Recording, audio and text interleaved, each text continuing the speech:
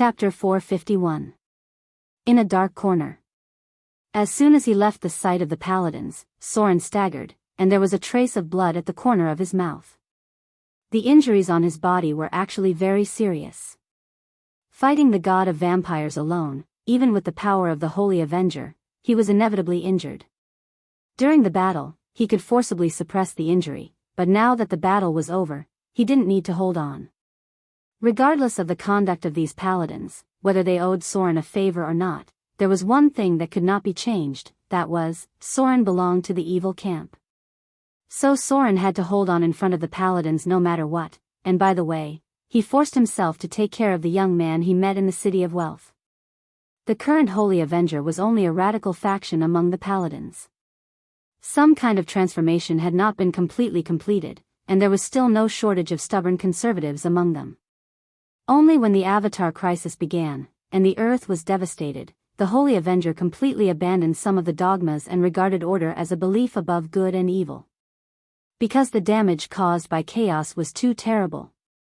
Now, Soren just wanted to find a place to sit down and have a good rest, and drink a few bottles of healing potions to quench his thirst. Come on. Soren slowly moved forward. The wound on his chest had not yet healed, making it slightly inconvenient for him to breathe. Soren walked towards the place where the psionic warlock was hiding and whispered, "In order to help you get the Holy Avenger, I'm going all out this time. I hope you won't let me down." Everything just now was to pave the way for him. Otherwise, a young man who had just joined the Holy Avenger would not be qualified to touch the artifact. A short rest. After Soren's injury recovered by 80%, he left the Underdark with the unconscious psionic warlock. He was ready to return to the Outer Islands. This trip was very rewarding. Not only did he get what he wanted, but he also killed the demigod vampire. And Soren was now really in the realm of the gods, although there was still something missing. Right now, what he needed the most was to familiarize himself with this power. There were many things in the god realm that he still needed to explore on his own. Otherwise, the improvement he could gain would be quite limited. Even after the Queen of Spiders killed a god, the god of ooze, it took her many years to completely fuse with it. Soren did not think that he was stronger than the Queen of Spiders. Soren had gained a lot from this battle. He now had a clearer understanding of how strong a god spirit's incarnation of a saint was. The demigod vampire was only a minor divine power, and it had been less than a year since he became a god. To deal with him, Soren had to use all his trump cards. Without the power of the Holy Avenger, there was no way to win. Minor divine power, weak divine power, intermediate divine power, great divine power. With a rough calculation, Soren could judge how powerful the other gods and saints would be. There were still too many things he needed to accumulate. He even had a simple calculation in his mind, which allowed him to predict the power of each level of deity. Minor divinity, plus, minor shard of divinity, equals, minor divine power. Without counting his other abilities, as well as the power brought by the clergy, followers, and the realm, it could be assumed that, minor divine power, had a divine power base of 1. Then the value of the minor divinity was 10 points, and the value of the lesser divinity was 30 points. If he was not wrong, the value of the minor shard of divinity was 10 points, and the value of the lesser shard of divinity should be 30 points. 3 times the difference in divinity. 3 times the difference in shard of divinity. In the end, it led to more than 3 times the difference in divinity. If it was conservatively estimated, the combat power of a lesser god might be more than 6 times that of a minor god. This was only the difference brought by divinity, shard of divinity, and divine power. There was no way to calculate further, because there was a gap of more than 3 times in the most basic part. The comprehensive combat power was simply not on the same level. As for how terrifying, great divine power, was. Soren's final calculation was a little scary, so he thought about it and decided not to think too much about it.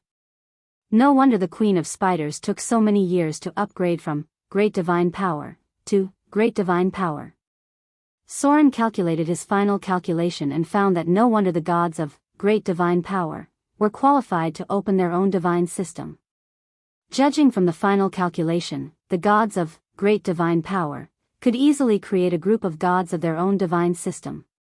It was no wonder that even though the god of light had created several low-level divine powers, he himself was still a god with great divine powers. The Outer Islands, Mordor City. On the side of the council hall was a forbidden area, and no one was allowed to get close. Even the pirate leaders under Soren's command had to report in advance if they wanted to get close to this place, and then they could pass the inspection of the steel golem. This was Gloria's laboratory. There were many secrets hidden in it, but the most important was everything about the shadow plane. Success. Gloria, who was in front of the alchemy table, suddenly stood up excitedly. She was holding a medal with a strange silver-white streamer in her white palm. There was a diamond-shaped purple gem in the center, faintly emitting a magic wave. Gloria gently tidied up her wizard robe, turned around, and came to an open area. She said to a clay golem next to her that was obviously different, ET1. Begin the 5th test of the Silver Blade of Gith Experimental Model 3. Prepare to record all the test conditions. Store the relevant information in the soul crystal. The clay golem on the side nodded, and a special magic light appeared in its eyes. It looked like some kind of modified detection spell. This clay golem looked very different. Because it looked a little slender, and there seemed to be no combat equipment on its body. Its appearance was closer to the human form.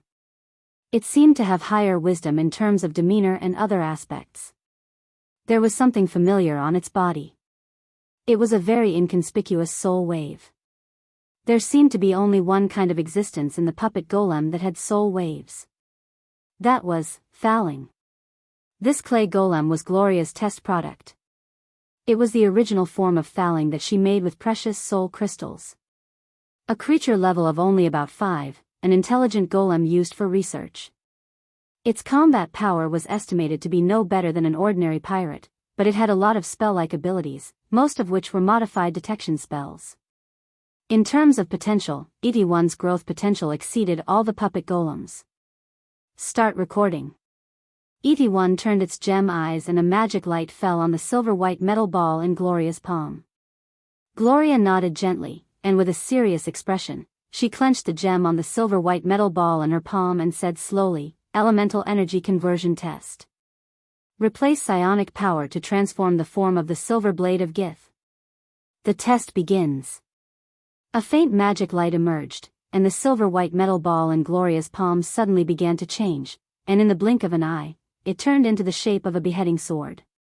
The place where the gem was inlaid became the hilt of the sword, and in front of it was the silver-white blade with a strange flowing light. The first form switch is complete.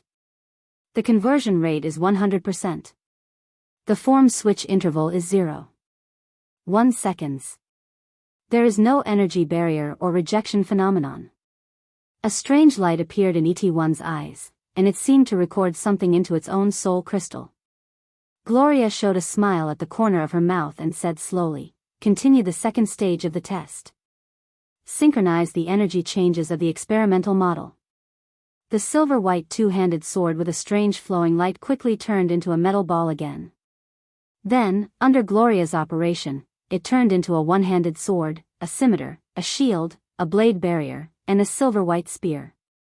The test is complete. The first form switch is all passed. The conversion rate is 100%. The form switch interval is 0.1 seconds. There is no energy barrier or rejection phenomenon. ET1 continued to record the success of the test. Gloria breathed a sigh of relief when she heard the words, turned around and said slowly, Proceed to the second stage of the test. Begin to test the second form switch. It also started with a silver-white metal ball. In Gloria's palm, it first turned into a one-handed sword, and then it did not return to the silver-white metal ball form, but directly changed into the shape of a scimitar. At this moment, a strange energy fluctuation appeared, and the strange silver-white flowing light distorted, as if there was some kind of interference. Warning. Warning. An unknown energy rejection phenomenon has occurred. The elemental energy interference is serious. The second form switch has failed.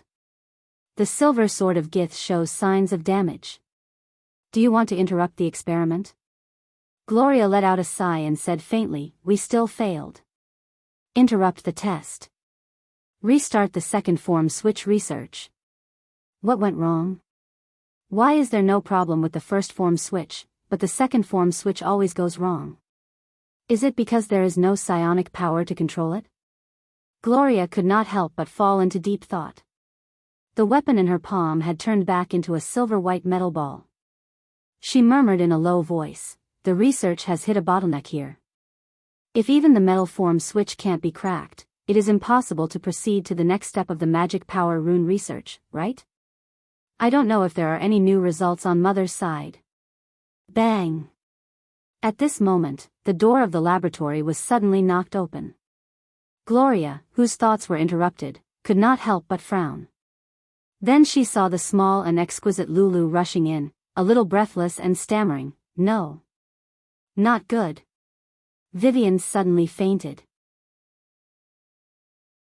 Chapter 452. Vivian fainted again. Although she didn't understand the reason, Gloria wasn't too worried this time. Because Vivian's breathing was very stable, and there was nothing wrong with her body. To some extent, she even felt that Vivian's strength was increasing. This time, the fluctuation of divine power was more violent than the last time. She didn't know what happened, but Vivian's strength was automatically increasing again and again. But it must have something to do with Soren. Gloria had some guesses in her heart, but she wasn't completely sure. Don't disturb her. Gloria raised her hand and cast a warning spell, then turned around and left the room with little Lulu. She said slowly, you stay here for a while, don't let anyone get close to her and disturb her. After a while, Vivian will wake up on her own. Lulu raised her little head and looked like she understood, but she still nodded quickly and said, meow. Lulu understands. Stay here and don't let anyone disturb Vivian's rest. Gloria smiled when she heard this. She raised her hand and stroked the cat girl's little head and said softly, it's good that you understand, good girl. Asterisk ta ta ta. Asterisk a burst of hurried footsteps came from outside, and then a young woman dressed as a maid came in. What's the matter? Gloria frowned again. The young maid came to Gloria's ear, whispered a few words quickly, and then respectfully stepped aside. Gloria's face showed a trace of doubt after hearing this. She murmured, a priest of the goddess of agriculture? Why are they here? Forget it. I'll go greet them myself. Outer Islands, Port Mordor. A slightly different warship was docked in this increasingly prosperous port. This warship had a special rice insignia, which meant that it belonged to the Church of the Goddess of Agriculture, a neutral faction of the Goddess of Agriculture. There were guardian knights of the church on the warship. It was absolutely impossible to come to a dangerous place like the Outer Islands without guards. The leader of the group was a middle-aged priest with a refined appearance. He was dressed plainly, but he looked like he had lived a comfortable life. Is this the place? The middle-aged priest looked at the bustling port in front of him and said with a slightly surprised expression, I didn't expect there to be such a bustling place in the Outer Islands. Soon. Gloria's figure appeared surrounded by a group of guards, and the middle-aged priest on the warship walked down with a smile. This group of people attracted a lot of attention. Not knowing when, the priest of the goddess of agriculture appeared near the port. He frowned and looked at the church insignia in the distance and murmured, why is the priest of the goddess of agriculture here? This place doesn't seem to have anything to do with her domain of faith. There were many people who noticed their arrival, but most of them were just watching. After all, the goddess of agriculture had a strong background. Although she was a god who had risen in the last 1,000 years, the relationship behind her was enough to make many divine churches feel afraid. Welcome, Your Excellency. Gloria glanced at the insignia of the middle-aged priest on the opposite side and was surprised to find that he was an archbishop. Such a character was also important in the Church of God. She was afraid that he was about to enter the realm of legends. The port was not a place to talk. Gloria, as the hostess of the city of Mordor, naturally needed to greet and arrange them. Soon, this group of people was arranged in the city of Mordor, and the eyes of all parties were also spying on the intentions of the Church of the Goddess of Agriculture. Council Hall. After changing to a relatively quiet environment, the middle-aged priest immediately went straight to the point. Your Excellency Gloria, I'm sorry. I came here hoping to cooperate with you on something. I don't know if it's convenient for Your Excellency Soren to meet me now? Cooperation? Gloria raised her hand and gently lifted her long hair. She still didn't quite understand how Mordor could cooperate with the Church of the Goddess of Agriculture, but she still smiled politely and said, I don't know what cooperation it is. Soren is not in Mordor City recently, but I can handle everything here. As the hostess of Mordor City, Gloria naturally had a very high right to speak. When Soren was not here, she was the secret decision-maker. Yes. The middle-aged priest nodded and waved to a follower behind him. Immediately, a young man came over with a box. He picked up the box and placed it in front of Gloria. He opened it gently and said, the church is very interested in this thing. So we hope to cooperate with Your Excellency Soren. I believe our sincerity will definitely satisfy you. It turned out to be this kind of thing. Gloria just glanced at it and understood what was inside. A kind of granular crystal with a pungent smell. One of the things that Soren asked her to help with in the past seemed to be fertilizer used to help crops grow. The production had started a few months ago, but how could she pay too much attention to such a trivial matter? She just didn't expect that this thing, which was completely insignificant to her, could attract the Archbishop of the Church of Agriculture, and let him come to her door in person to seek cooperation. At this moment, Gloria really couldn't see through her man. She didn't know if Soren had expected this, or he just did it by accident. So it's this. Gloria's mouth curled up, and her attitude was very casual.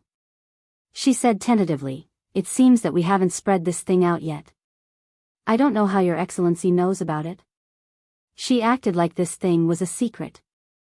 Gloria's performance told this group of people in front of her that this thing was not a casual thing, but a secret of Mordor City. Since it was a secret, of course, it was very important. Important things were naturally expensive, and there were a lot of things implied in just one sentence. Haha. The middle-aged priest smiled faintly and said slowly, anything related to agriculture can't be hidden from the eyes of the goddess. Please believe that we are here with absolute sincerity. Mutually beneficial things are a help to us. Isn't it? Gloria glanced at him and said softly, that's true. But I don't know what Your Excellency's cooperation is about. Finally, they came to the main topic. The middle-aged priest smiled and said in a deep voice, after our tests, this thing can meet the growth needs of crops, make barren land fertile, and the harvest of crops can be significantly improved. The goddess of agriculture is a kind and loving God, so the church intends to promote this thing so that all believers can feel the joy of harvest. We plan to purchase this fertilizer in large quantities and then promote it to more believers. The alchemy of the fertilizer was not high. Any high-grade wizard could instantly see that the most important thing was the guano stone, which was a natural mineral near Mordor City. Soren decided to study this because the guano stone was the best natural fertilizer, and it could be used directly with simple processing. This place had existed as an undeveloped land for quite a long time, and the indigenous people would certainly not notice that the accumulated guano was actually a treasure. So at present, the entire mine was in a preliminary state of development, and the reserves on this island were not even developed. The Church of Agriculture was obviously aware of this. This low-end alchemy refining process had no value at all. The real value was the guano stone mineral on the island where Mordor City was located. The value of the crops was not high. The corresponding value of the fertilizer could not be too high. It was not that high-end alchemy could not refine high-quality fertilizer, but the cost and price were too high. It completely exceeded the harvest profit of the crops. Therefore, Soren found that the things extracted from the guano stone, which was a natural high-quality fertilizer, were very valuable because its cost was quite low. It only needed to be used as a mineral for preliminary processing. This relatively low cost could be popularized and then promoted to many places as an alchemy fertilizer. The harvest of crops, the increase of grain production. This was of great significance to the Church of Agriculture, especially their believers were farmers. If it was successful, the influence of the church would be multiplied. This was also an important reason why an archbishop came to the outer islands in person. Chapter 453. The night was colder than ever. The cold wind that blew out of Minnesota Canyon carried a sound that made people shudder. Milan took a pot of mashed herbs and slowly walked into the front of the temple. She heard the groans of the wounded and Serena's comforting voice. The air was filled with the smell of blood, and there were some bloody bandages scattered on the ground, as well as some kind of disinfectant smell. Some wounded people were lying in the corner of the temple. The town's garrison captain, Mocade, was sitting under the stone pillar of the temple with a long sword in one hand. There was a bloody wound on his left arm. This was left by the gnolls. There had always been a group of terrible gnolls near the Minnesota Canyon. They believed in the demon lord, king of gnolls, Yinagu, on the 422nd floor of the abyss. These gnolls were quite difficult to deal with. Since the half-elves migrated here, they had never stopped fighting with the gnolls. That's right. This was a half-elven town. Many people looked similar to humans, but in fact, they were all half-elves. It was just that the elven blood was relatively thin. At present, most of the residents in the town only had less than a quarter of elven blood. Damn the gnolls. A town guard let out a painful growl. Because of anger, his wound opened again. The doctor who was responsible for taking care of him immediately told him not to move. Otherwise, the wound would not stop bleeding. Milan, who was only 16 years old this year, walked forward with her head down. Because she was a half-elf, she looked very petite, only the height of a 12 or 13-year-old human girl. However, she was born very agile. Many people in this town were good at fighting. Milan. A low male voice sounded. The tall guard stopped wiping his weapon and walked to the little girl and said, "Go inside and have a look. See if your father succeeded." The little girl nodded obediently, put down the medicine pot, and walked toward the back of the temple. The back of the temple was dead silent. This place worshipped the god of half-elves and rogues, Kester. He was the successor of the god of thieves, Max. Since the Shadow Realm fell into the hands of the Lord of Shadows, the god of half-elves and rogues, Kester had to rely on his own race to bring the weak realm of half-elves into the scope of his clergy.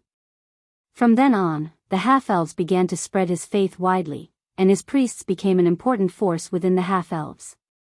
There was a prayer room behind the temple. Milan carefully approached the door and gently pushed it open. A middle-aged man in a priest's robe was kneeling inside. In front of him was an exquisite altar, in which stood the statue of the god of half-elves and rogues. "My lord Kester. You are the guide of rogues, the protector of half-elves. Your humble believer, Bernier Kasadik, prays for your response. I beg you to bestow divine spells to help my people. The Jackalans are wreaking havoc in our homeland. They believed in the demon lord of the bottomless abyss, king of gnolls, Yinagu. My people have suffered heavy losses. Many brave warriors have fallen under the claws and teeth of the Jackalans. My great lord. Your humble believer begs you to give us help. Your believers need your divine spells to save and protect them. My lord Kester. Your humble servant prays for your response. If you have heard my voice, I will tell you the truth. I beg you to guide us." Many of his clansmen had already fallen. "We have asked for help from the church in autumn-fall. But we have not received any response. We lack food, weapons, and warriors. If you do not respond to your servant's prayer, I am afraid that everything here will be destroyed by the war." The prayer turned into a cry. The middle-aged man knelt in front of the statue as if he had lost his faith and his soul. "Father." Milan's eyes were slightly red. She walked quickly to help the middle-aged man who was on the verge of collapse. Drops of tears could not stop falling. Her father had been kneeling for 3 days. He had not eaten or drunk for 3 days, and kept praying for the god's response, but he had not received any response. There was no divine spell, no response, and even the glory of the temple was gradually dissipating. The attacks of the Jackalans had become more and more fierce. Uncle Baston had died in battle, Brother Buello had died in battle, and Uncle Caladu had died in battle. Her father, who was once powerful and had saved many lives, had now completely become an ordinary person. He could no longer use any divine spells, treat the wounded, or protect the town. Her father was in pain. Milan knew how much he loved the town he had built with his own hands. She knew that her father was willing to give everything for it, including his own life. But now everything would be destroyed by the war. The frenzied attacks of the Jackalans had caused them heavy losses. The orcs from the other side of the mountain were also ready to move. The huge footprints of the ogres appeared on the edge. They had lost the protection of the gods and the divine spells of the priests. Their losses in the battle began to multiply.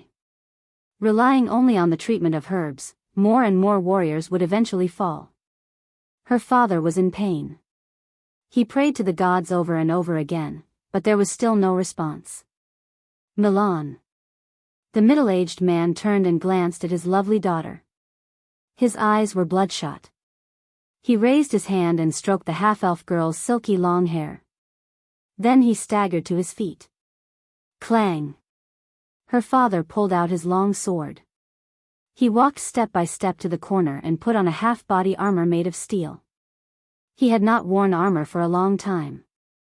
Milan slowly walked over and carefully helped her father put on the armor. She understood what her father wanted to do. As a once powerful priest, he could only rely on this to fight now that he had lost all his divine spells. Tomorrow, you will leave with them and go to Autumnfall. That is our capital. There will be people there who will accept you and protect you. I will cover the retreat with the others. Her father's voice was resolute. His tone of facing death made her shed big drops of tears. Autumnfall, Broken Bone Hill. A group of fully armed half-elven warriors were stationed here. They lit a bonfire and sat around with sad expressions on their faces. Hold on. Barkaloo. You have to hold on. Don't die. Soon, Priest Fina will save you. You have to hold on. The warriors suppressed their painful cries. A faint smell of blood filled the air. A wounded man was lying on the ground. His chest and ribs were sunken. His breathing was very weak. It was difficult to save such a serious injury with potions alone. On the other side of the bonfire, a half-elf woman with long blonde hair knelt on the ground. She held a lifelike statue in her palm and prayed devoutly, "My Lord Kester. You are the guide of the rogues, the protector of the half-elves. Your humble servant prays for your response. The warrior who fought to protect your faith is dying. He had single-handedly killed 6 gnolls. He has defeated the ogres, the orcs, and the vampires. He fought bravely in order to protect your glory. Now he is about to die. Your humble servant Fina prays for you to give him magic to save him. If you can hear my prayer, please give me guidance." Tears fell drop by drop. The painful groans in her ears were getting weaker and weaker. The heaving chest gradually stopped, and the breath disappeared little by little. The young half-elf girl's eyes were full of tears. She stood up blankly and looked up at the starry sky. There was no light. Her faith was collapsing. She came to the warrior who died in battle like a zombie. She knelt down and raised her hand to caress his cold face. Tears fell drop by drop. At this moment, she sobbed, "Brother. I'm sorry. I'm sorry. I'm sorry." Surface world, Spider Forest. Ah! Solon's figure suddenly sat up. At this moment, he was sweating all over. His chest rose and fell violently, and his heavy breathing reverberated, making him look like a bellows. What's going on? Soren's expression was very strange. He pressed his hands on his temples and murmured, "Why is this happening? Why do I have such a dream? Why is everything in the dream so real?" Chapter 454. Dreams. Dreams. Dreams. Dreams. Dreams that felt so real. It even made Soren wonder if all this was a dream. He rarely dreamed. In Soren's memory, the number of times he dreamed could be counted on one hand. But he didn't know why. As long as he closed his eyes now, he would soon have a dream one after another. And these dreams all had similar beginnings. People prayed to the god of half-elves and rogues in their dreams, and he would dream about things that happened about an hour after the prayer began. Things that felt so real. Such dreams were not long. Soren's dreams were one after another, each from a different person, and they lasted only about an hour. Sometimes he didn't even sleep at all, and just closed his eyes to take a nap, but he would soon be dragged into all kinds of strange dreams. He was going crazy. Although he didn't know what the reason was, Soren knew that it must have something to do with the god of half-elves and rogues, and the divine power he absorbed. There was no time to find out. Soren's current state was very bad. His whole person seemed to be in a daze, and he couldn't tell whether he was in a dream or in reality. His mind was a little confused. It was like a storage device that suddenly stored too much information, and then all the space was piled up. Soren felt that his brain was about to crash. Electric current. Strange electric current, jumping data, countless zeros and ones. Soren even felt like he was back in Amber City when he was lying in bed for half a month. The only difference was that he was now much stronger than before, and this degree of pain was still within his tolerance range. His body could still withstand this crazy feeling, so he hadn't completely collapsed yet.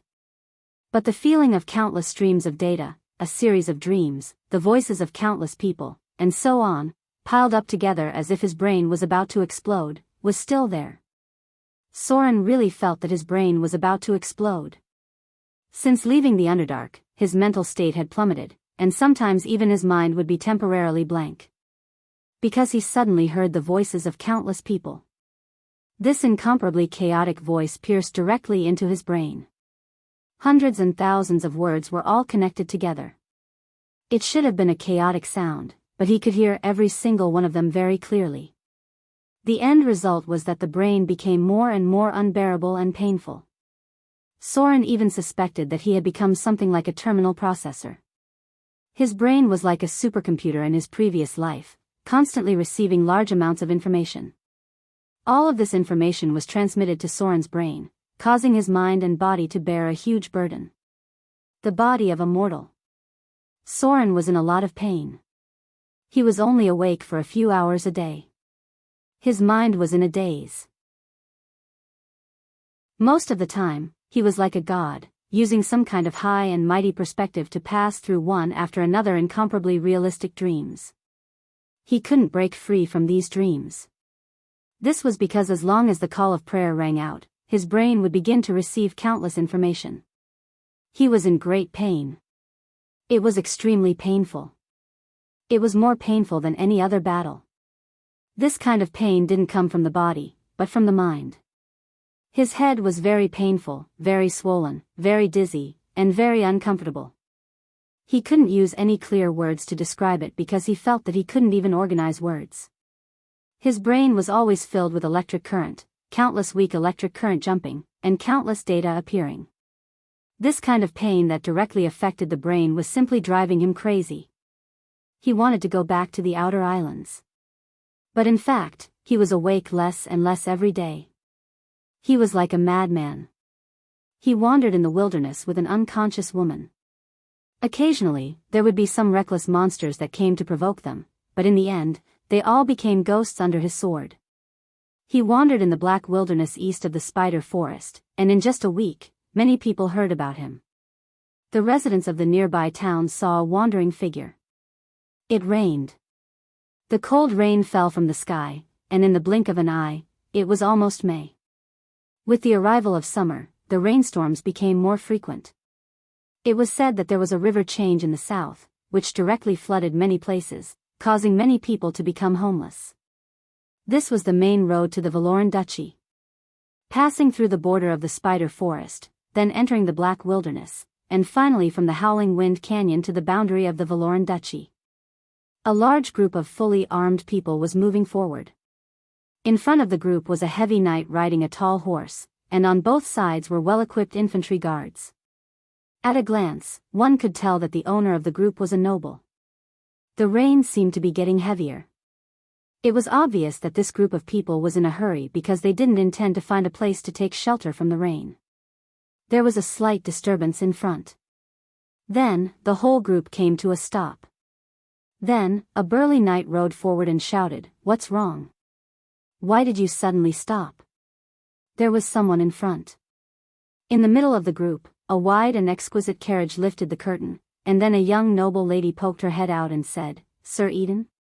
What happened?" The knight who rode forward glanced and replied, "Nothing. There are 2 travelers in front. I'll make them make way now." Thud. The sturdy metal boots landed on the ground. The burly Sir Eden put his hand on the hilt of his sword and motioned others to make way. His expression was very vigilant because this place was close to the spider forest and the black wilderness. It was easy to encounter some dangerous existences. There were 2 people in front of him, a woman and a man. The woman held the man's hand and stood in the rain. She was wearing a large cloak, and her face couldn't be seen clearly. But the man behind her could be seen clearly. With just a glance, Sir Eden judged that he was a difficult character to deal with because there was a sense of oppression on his body. The only thing that puzzled him a little was the man's eyes were blank, and it could even be said that he was a little dull. He looked like a mentally retarded person. He just stood there stupidly and let the woman in front of him hold his hand. Sir Eden was just about to order the 2 people in front of him to make way, but suddenly he seemed to have seen something. He couldn't help but tremble, and his tone slowed down a lot. He said in a deep voice, "I don't know what this witch wants to do here." "Witch?" He saw the wizard's robe under the cloak. "We don't mean any harm." A gentle female voice sounded, and in an instant, Sir Eden let go of his hostility because he felt that the 2 people in front of him didn't seem to be hostile. The woman held the man's hand and walked forward. The man followed silently and blankly. "We just want to ask you to give us a ride. We will leave once we reach our destination." In the carriage, a beautiful noble young lady stared at the 2 people in front of her with widened eyes. Sir Eden, who was responsible for protecting her, didn't allow any outsiders to get close to her, let alone sit in her carriage. But now, not only did 2 outsiders come to her, but they also sat in her carriage directly. She opened her mouth and wanted to say something, but the woman in front of her only said softly, "Relax." Then, she really relaxed. "If it's just on the way, it shouldn't be a problem, right?" She felt inexplicably relieved. The entire group moved forward quickly as though the small episode just now didn't happen. It was still raining outside. The tall woman took off her cloak and covered her face with a veil. After the young man beside her sat down, she took out a clean cloth and gently wiped the man's cheeks, wiping the rainwater off his body. The young man sat on the spot motionlessly. His expression was dull and his eyes were dull. He looked like a puppet, allowing the woman in front of him to do whatever she wanted. The young lady couldn't help but feel a little curious. She widened her eyes and observed the 2 people in front of her. After a while, she suddenly asked, "Is he your servant?" The veiled woman didn't turn around and replied, "No." The young lady tilted her head and sized up the man and woman in front of her. She continued to ask, then, "Is he your companion?" The veiled woman didn't speak and only shook her head gently. The young lady looked disappointed. She carefully observed the 2 people in front of her. The veiled woman's movements were very meticulous. At this moment, she was gently helping the man tidy up his clothes. The young lady asked excitedly, then, "Is he your husband?" The veiled woman let out a chuckle and shook her head again. The young lady finally couldn't guess. She hung her head dejectedly and said, "Then, I can't guess." The veiled woman stood up. She was tall and looked at the young lady in front of her. She slowly said, "He is my master. My God. My God."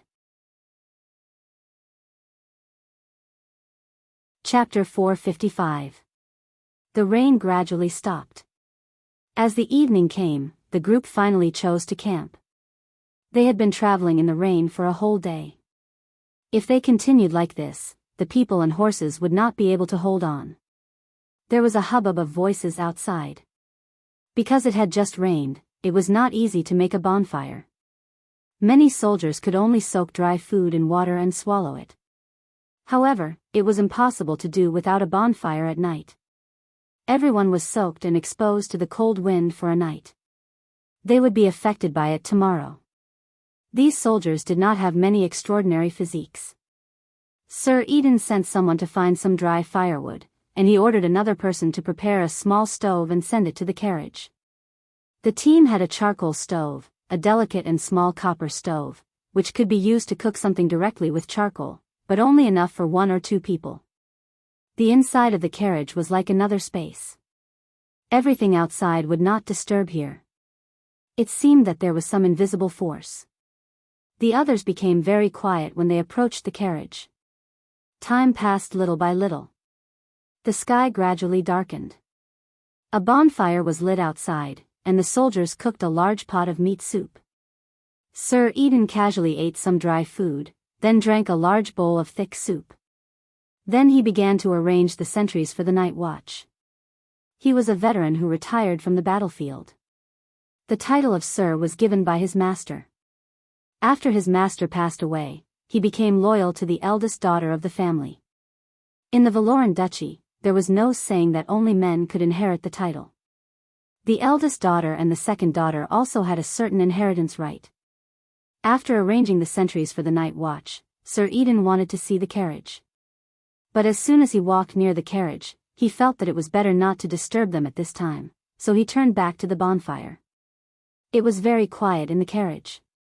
Of course, this was just because the people outside couldn't hear it. In fact, since night fell, the young man in front of Caitlin's face became distorted. He seemed to be suffering great pain. He held his head with both hands and made a terrible roar. She felt scared. Then she blacked out and didn't know anything. Sizzle. The strong wooden board of the carriage was easily crushed by the young man like tofu. If the masked woman next to him didn't help to calm him down, the carriage would have been torn to pieces in the blink of an eye. Master. The masked woman pressed her hand on the young man's forehead and said softly, "Relax. Relax. Relax. Let my soul be one with you. I will help you share the pain. My master. You have to open your mind. You have to open your mind. Otherwise, your mortal body wouldn't be able to withstand the enormous amount of information from the gods.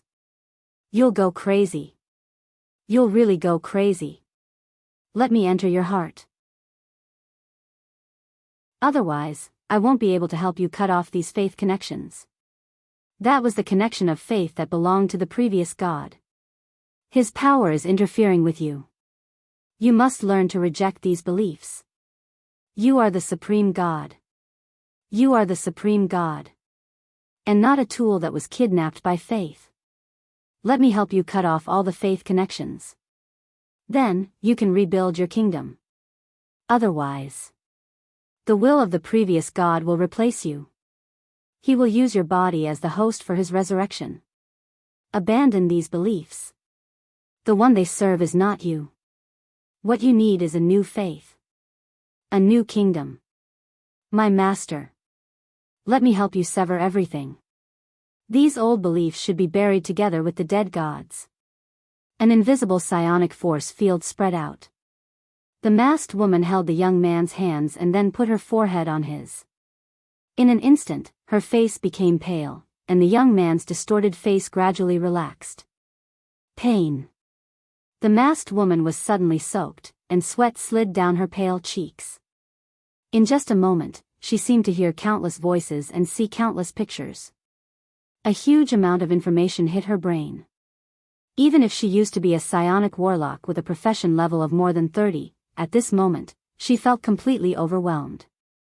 Too much. There were too many. The call of mortals, the prayers of believers, terrible dreams, everything poured into her mind like a torrent. Autumn fall. This once prosperous city had now become a bit dilapidated. The decline of Whiterun began to affect here, and another thing that happened recently hit autumn fall even harder. The priests lost their connection with the gods. The restless enemies began to harass them frequently. Without the power of the priests, the soldiers suffered heavy losses. What was more terrible was that the news seemed to be impossible to hide. More and more people felt panic, and the enemy's attacks became more frequent. Bad news was sent back here one by one. A large number of refugees gathered outside the city. Without the protection of the gods and the divine spells of the priests, within a radius of hundreds of kilometers around autumn fall, the half-elf towns and villages were attacked. Gnolls, orcs, ogres, these monsters that they had chased away all those years ago suddenly returned here, as if they wanted to take back this fertile land. Archbishop. Not good. There was a rush of footsteps, and then a young trainee priest quickly came near the square. He whispered a few words in the ear of a middle-aged priest, and then the middle-aged priest's face changed greatly, and he quickly rushed to the location of the temple. The temple of the god of half-elves and rogues. This was his largest temple in the material plane and the center of his faith in the mortal world. As the successor of the god of thieves, the god of half-elves and rogues lost too much power in the struggle of the gods. Because he failed to master the realm of shadow, the rogue's faith began to be given to the Lord of Shadows, the goddess of fortune, and the Lady of Night. He, who only inherited a weak clergy, had no choice but to spread the realm of faith to his own race. That was the half-elves, who were sandwiched between humans and elves, had always been in an awkward position. So his first clergy was half-elves, and then rogues. Half-elves were his main source of faith. He once relied on the half-elves' faith to promote to lesser divine power. Unfortunately, because of the failure of the struggle in the realm of rogues, he was beaten back to lesser divine power by the Lord of Shadows. Now he fell into the mortal world as the first batch of gods and eventually died in the hands of the demigod vampire. The glory of the temple was very dim. As the largest temple of the gods in the material plane, all the changes here meant a lot of things. The glory of divinity was declining. From the moment the god of half-elves and rogues fell into the mortal world, the glory of this temple had dimmed a lot. But fortunately, the decline gradually stopped. Although the power of the temple weakened a lot, it still retained part of it, which made many believers feel a glimmer of hope. But not long ago, another amazing thing happened. That was, the statue of the god of half-elves and rogues in the temple suddenly became dim and completely lost its power, just like an ordinary statue. This process lasted for a whole day. By the next day, these statues seemed to have regained their power, and a glimmer of divinity appeared again. Although it was very weak. But at least there was still hope. But now, what happened in front of them made all the believers pale. In the eyes of the middle-aged priest, the statue of the god of half-elves and rogues standing in the center of the temple gradually lost all its divine brilliance. There was still residual power in the temple, but there was no trace of divine power in the statue. Cracks appeared, and in their dull eyes, the statue erected in the center of the temple suddenly collapsed. Buzz! It was like the power of a certain source had been destroyed. With this temple as the center, all the statues that served the god of half-elves and rogues became dim, and some even had cracks on them. Finally, in all the temples that served him, the divine power radiance on the idols disappeared one after another, turning them into completely ordinary objects. He had fallen. The god had fallen. This time, it was a complete fall, and there was nothing left. His divine name had passed away. Chapter 456. Soren's mind was in a mess during this period of time. Not only was his brain constantly receiving the faith from the god of half-elves and rogues, but more importantly, every time the believers prayed, the name of the god made Soren feel that a will was interfering with him. This was a very powerful will, more powerful than the will of the Dread Lord, because this was a complete will of the gods. Although the god of half-elves and rogues had died, he was not completely dead because he still had many believers in the material plane. The believers were praying. But they were not calling Soren's name, but the name of the dead god. At this time, Soren, as the successor and carrier of the clergy, although he received these beliefs, he was rejecting them. This power was conflicting in his body, and the remaining will of the gods was making a final struggle. Every time the prayer appeared, the will became stronger, and Soren needed to consume more power to fight against it. In the end, Soren almost completely lost his perception of the outside world. His spirit, his will, and his mind were all fighting against the pervasive faith and prayers, and the will of the gods that was crazily counterattacking with the prayers. This was a struggle. A struggle between gods. If there was no interference from others, Soren might be as crazy as other gods for a long time. Note, just like the crazy period of the Dark Sun. In the end, the winner of the collision of wills would decide everything. Note, the struggle between Arthas and the Lich King. Soren did not believe that he would lose. In fact, his will would not lose. What really affected him the most was the faith of the clergy, because this power contained too much information. There was a very taboo spell in the past. It was called Kossus's Investiture of the Gods. This was a 12-circle spell and the most powerful spell in history. The great arcanist Kossus used the power of this spell to overthrow the first-generation goddess of magic, then seized her divine power and temporarily turned himself into a god.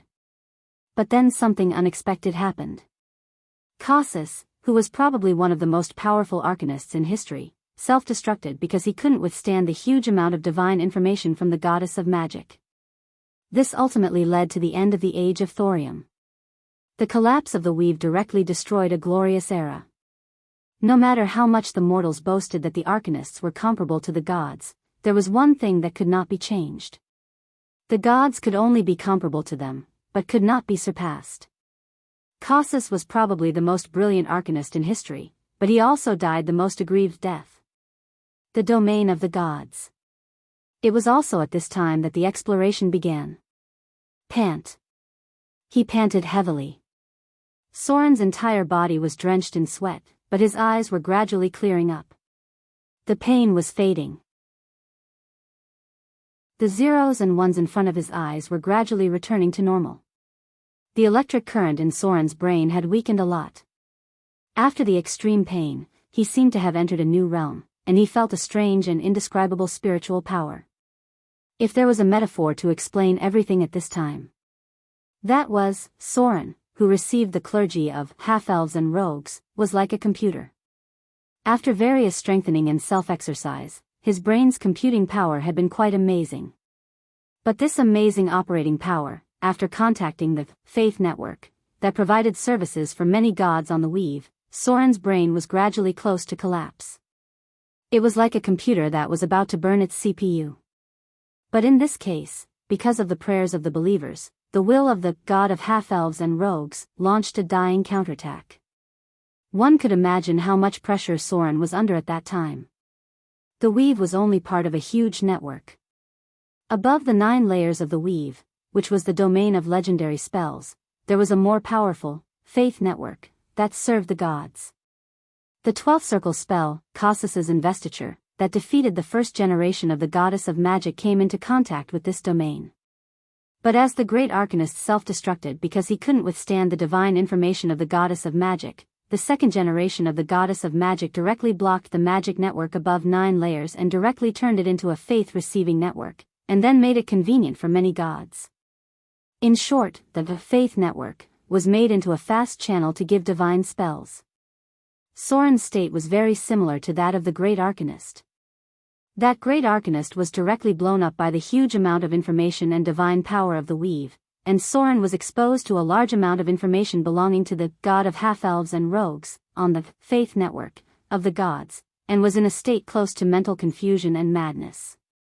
Insufficient computing power. The level of divinity couldn't withstand the connection brought by a large number of faith prayers, and Soren's spirit couldn't withstand the call of thousands of believers. More importantly, it wasn't him who was called.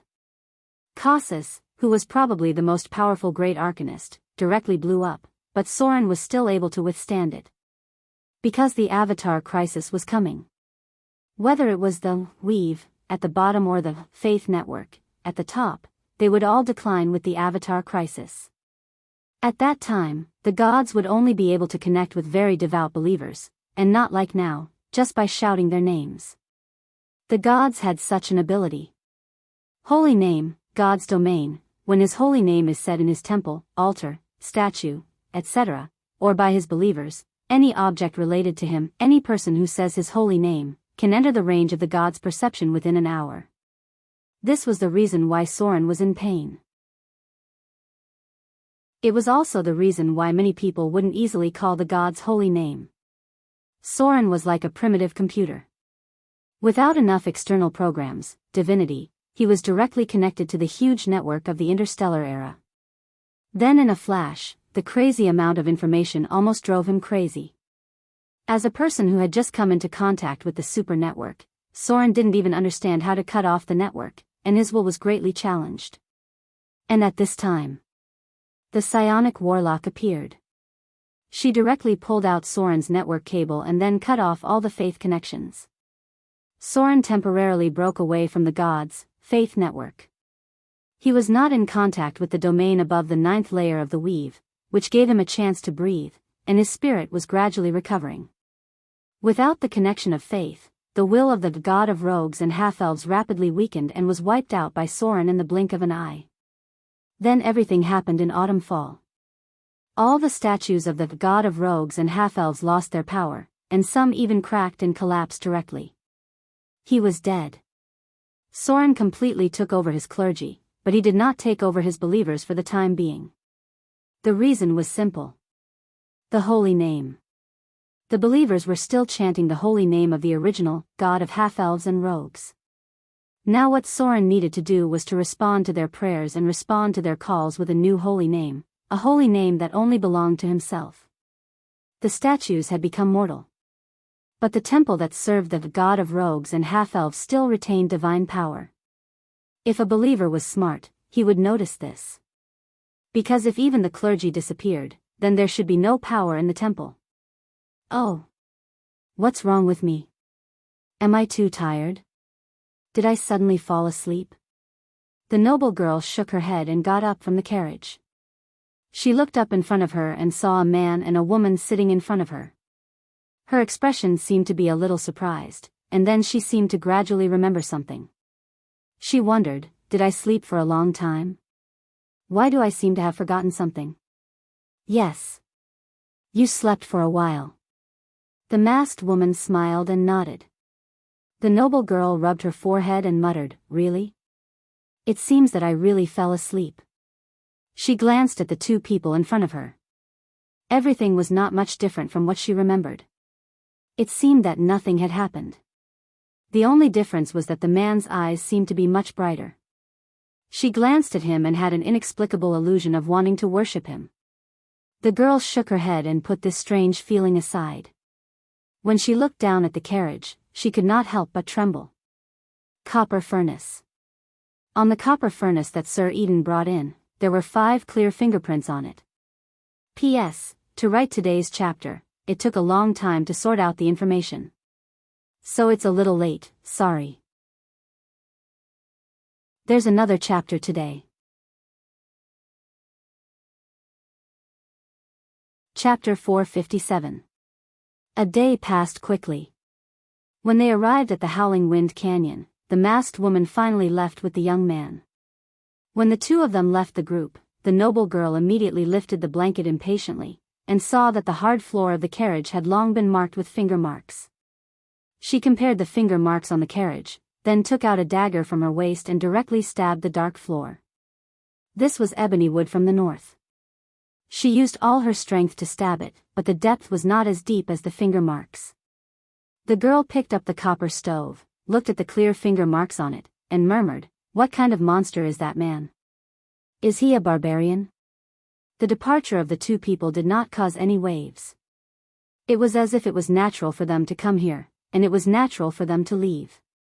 No one doubted it, and no one was puzzled. Only the noble girl in front of him was curious about something, but she did not have too many unusual emotions. She was not afraid, just curious. Patter. Heavy footsteps sounded, and Sir Eden's voice came from outside the carriage, saying in a deep voice, "My master. We're almost at Verdun. I heard that a noblewoman recently came from the Frost Kingdom. She is very active in the noble circle in the south. She is a descendant of Queen Isabella like you. This lady has amazing financial resources. If you want to inherit the title, you need more allies. Maybe you should take the time to meet her." The girl put down the copper stove in her hand, tidied up her dress, and slowly said, "Okay. I understand." Shipwreck Bay. The business of the White Shark Tavern was as hot as ever. Even though the watered wine here was criticized, many people came here not to drink. This was one of the largest dens in Shipwreck Bay. As for what kind of business they were doing, you could tell by looking at a group of ferocious guys sitting here. This was the secret stronghold of the pirates. Bang! The door of the tavern was violently pushed open, and the wind and rain outside suddenly blew in. The ferocious pirates sitting near the door immediately frowned, their gazes unfriendly as they sized up the two people who came in. There was a young man wearing a large cloak and a tall woman with a veil covering her face. After sizing up the man, the pirates shifted their gazes to the masked woman. Her large cloak couldn't conceal her tall and slender figure. The curves of her ample bosom and perky buttocks could still be seen. Thus, someone couldn't help but let out a frivolous whistle. The two of them ignored the pirates. The young man went straight to the bar counter. He slightly frowned as he looked around. Then, he said in a deep voice, "Tell OL, Sea Dog to come see me." "OL, Sea Dog?" The fierce-looking bar owner was wiping his wine glasses when he heard this. He was stunned for a moment before he realized that this was his leader's nickname. However, not many people dared to call him that anymore. Who was this young man in front of him? He actually dared to call his leader OL, Sea Dog. Everyone in Shipwreck Bay addressed him as Lord Dog. Was he not afraid of being skinned alive? The bar owner looked at Soren from head to toe. Soren looked very young, like an adventurer who had just come out of the woods. Thus, the bar owner's expression suddenly became somewhat unfriendly. Noticing his expression, a few of his thugs quietly surrounded him. "Looks like there's a show to watch." The pirates in the bar suddenly had a look of schadenfreude on their faces. Humph. Soren couldn't help but frown. He noticed that the woman behind him let out a playful chuckle. Immediately, his expression became somewhat unsightly. He turned around and glanced at the thugs beside him. In a flash, his gaze was as sharp as a knife. Then, he saw a group of thugs retreating with pale faces. One of them was so scared that he even sat on the ground. "Tell OL, Sea Dog to come see me." Soren couldn't help but increase his tone. An invisible pressure instantly enveloped the entire bar. Everyone who was gloating couldn't help but feel as if their throats were being strangled. They abruptly found it difficult to breathe. Clatter. The cup in the bar owner's hand fell to the ground. His face instantly became extremely pale without a trace of blood. He seemed to have thought of something. His whole body trembled as he said, "Yes. Yes. Your Excellency. I'll go now." There was a dead silence in the bar. The bar owner panicked and sent someone to inform the team leader. He trembled as he came in front of Soren. His whole body was covered in cold sweat as he tried to explain something. Arrange a quiet room. Soren wasn't interested in haggling with this kind of small fry. He glanced around and slowly said, "I want a fast ship tomorrow. Immediately get someone to prepare it. Gather the other team leaders nearby. I have something to arrange." Soren's figure went up to the attic. After he completely left, the other people in the bar seemed to have regained their ability to breathe. One by one, they gasped for breath. Among them, those who spoke unkind words at the beginning had a deathly pale face. "Your Excellency." They seemed to know who that young man was. Then, they were almost scared to death. In the room. Soren didn't pay attention to the frightened pirates. He waved his hand and signaled them to get out. Soren directly spread out a large map and then pointed at a few places on it. The masked woman looked very interested, but she was very quiet. She just looked quietly and didn't say anything. How much strength do you have left? Soren frowned as he looked at the map and casually asked. The masked woman thought for a moment and then said, I'm barely in the realm of legends. The Queen of Spiders' arcane field is very strong. It directly affects my soul. Soren nodded gently and said in a deep voice, Can you use a large-scale telepathy suggestion? The masked woman chuckled and nodded, no problem. Hurried footsteps could be heard. When they reached the door, the person outside stopped and calmed down a little before cautiously knocking on the door. Soren looked up and said, Come in. Sea Dog came in.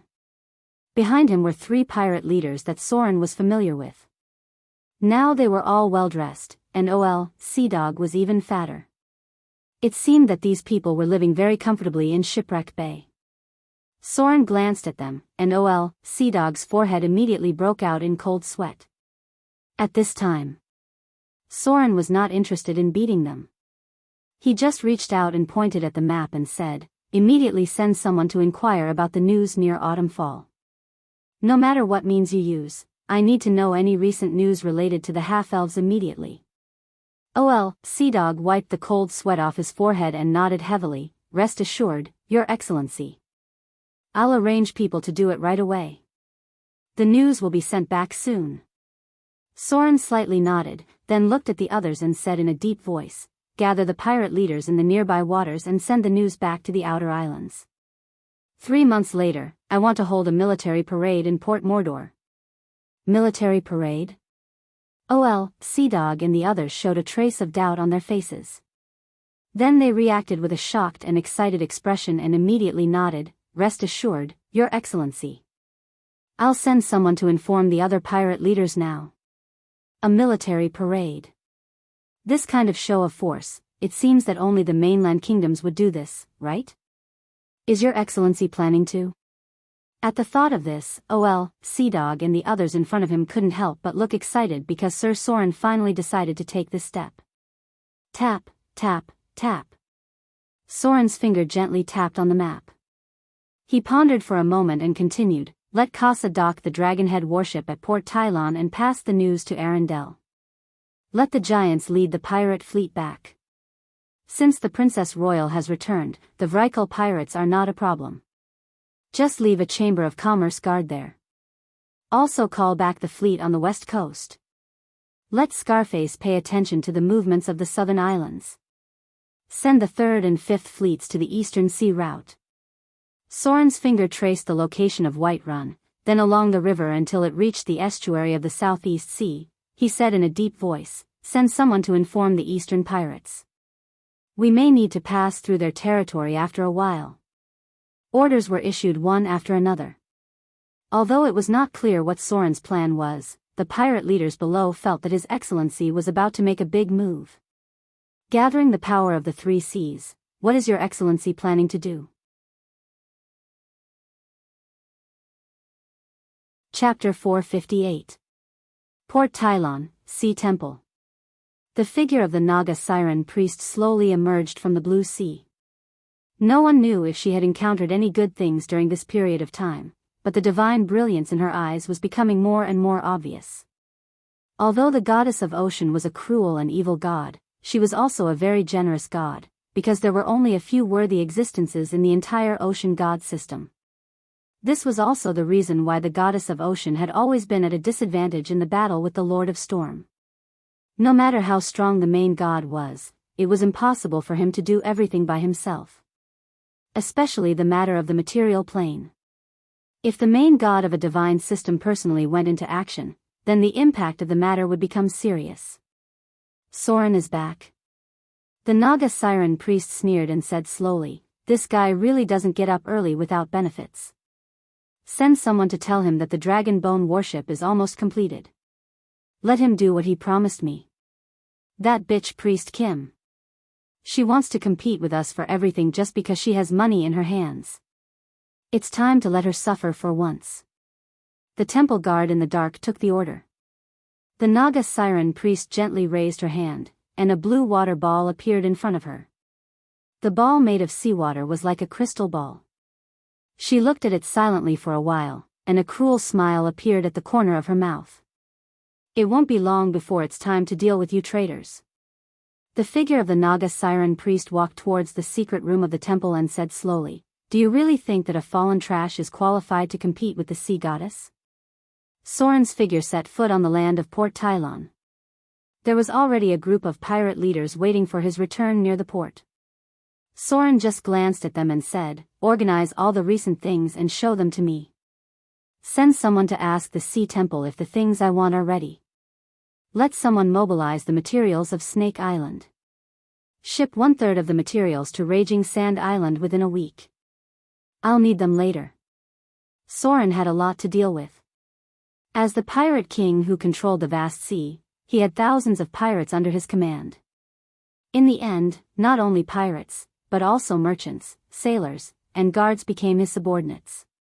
The psionic warlock seemed to be a little surprised by Soren's power. Although Soren mentioned his identity on the way, he did not say that the force he controlled was comparable to a kingdom. What she saw along the way was that no matter what Soren needed, there would be abundant manpower and material resources immediately.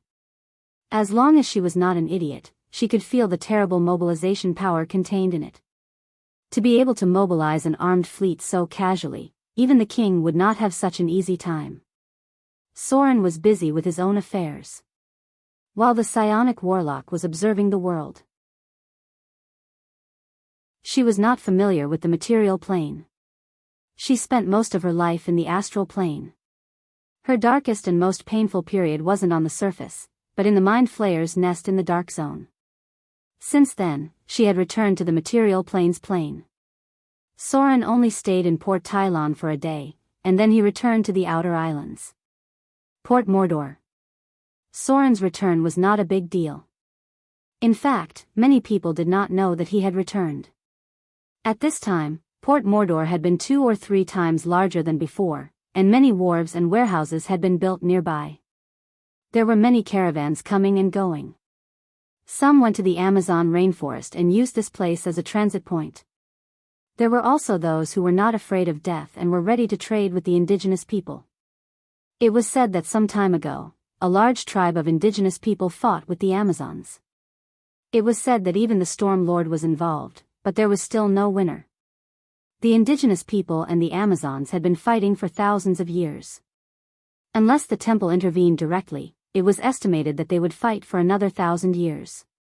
Moreover, in Soren's memory, there was a powerful god behind the indigenous people, although he rarely set foot in this world. Father of the dinosaurs, Utau. A very ancient god.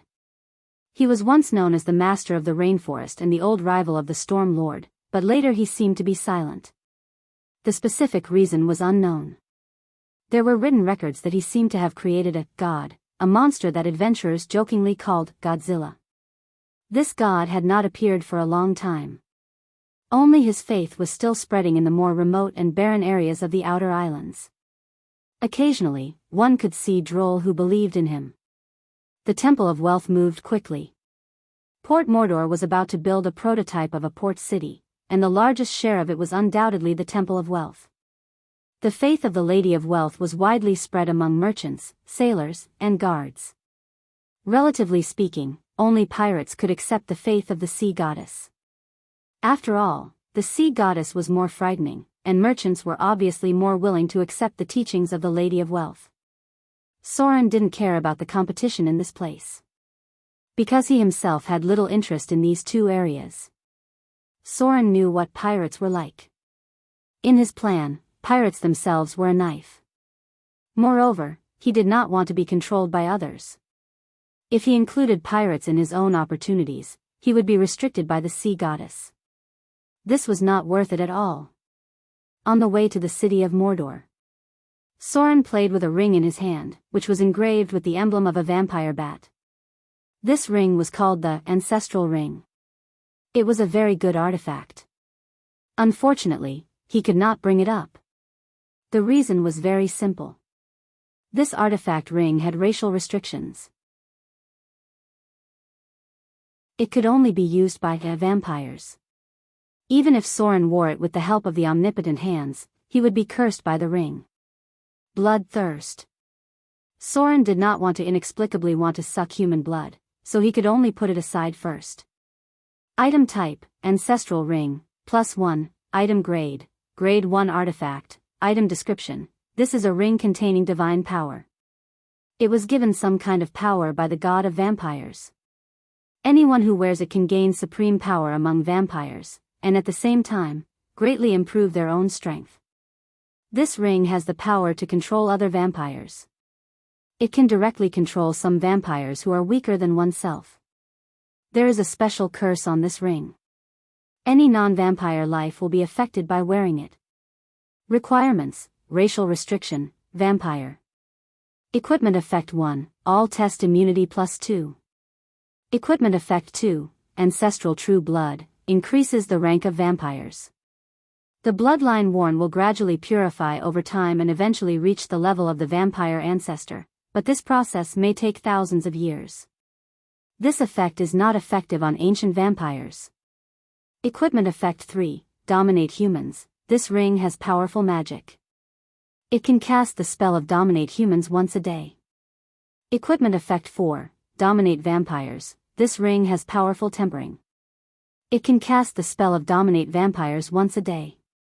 Equipment effect 5, dominate vampires, this ring is given some kind of power by the god of vampires.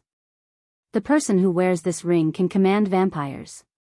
This was the artifact ring left by the son of vampire. To some extent, it should be a very useless thing.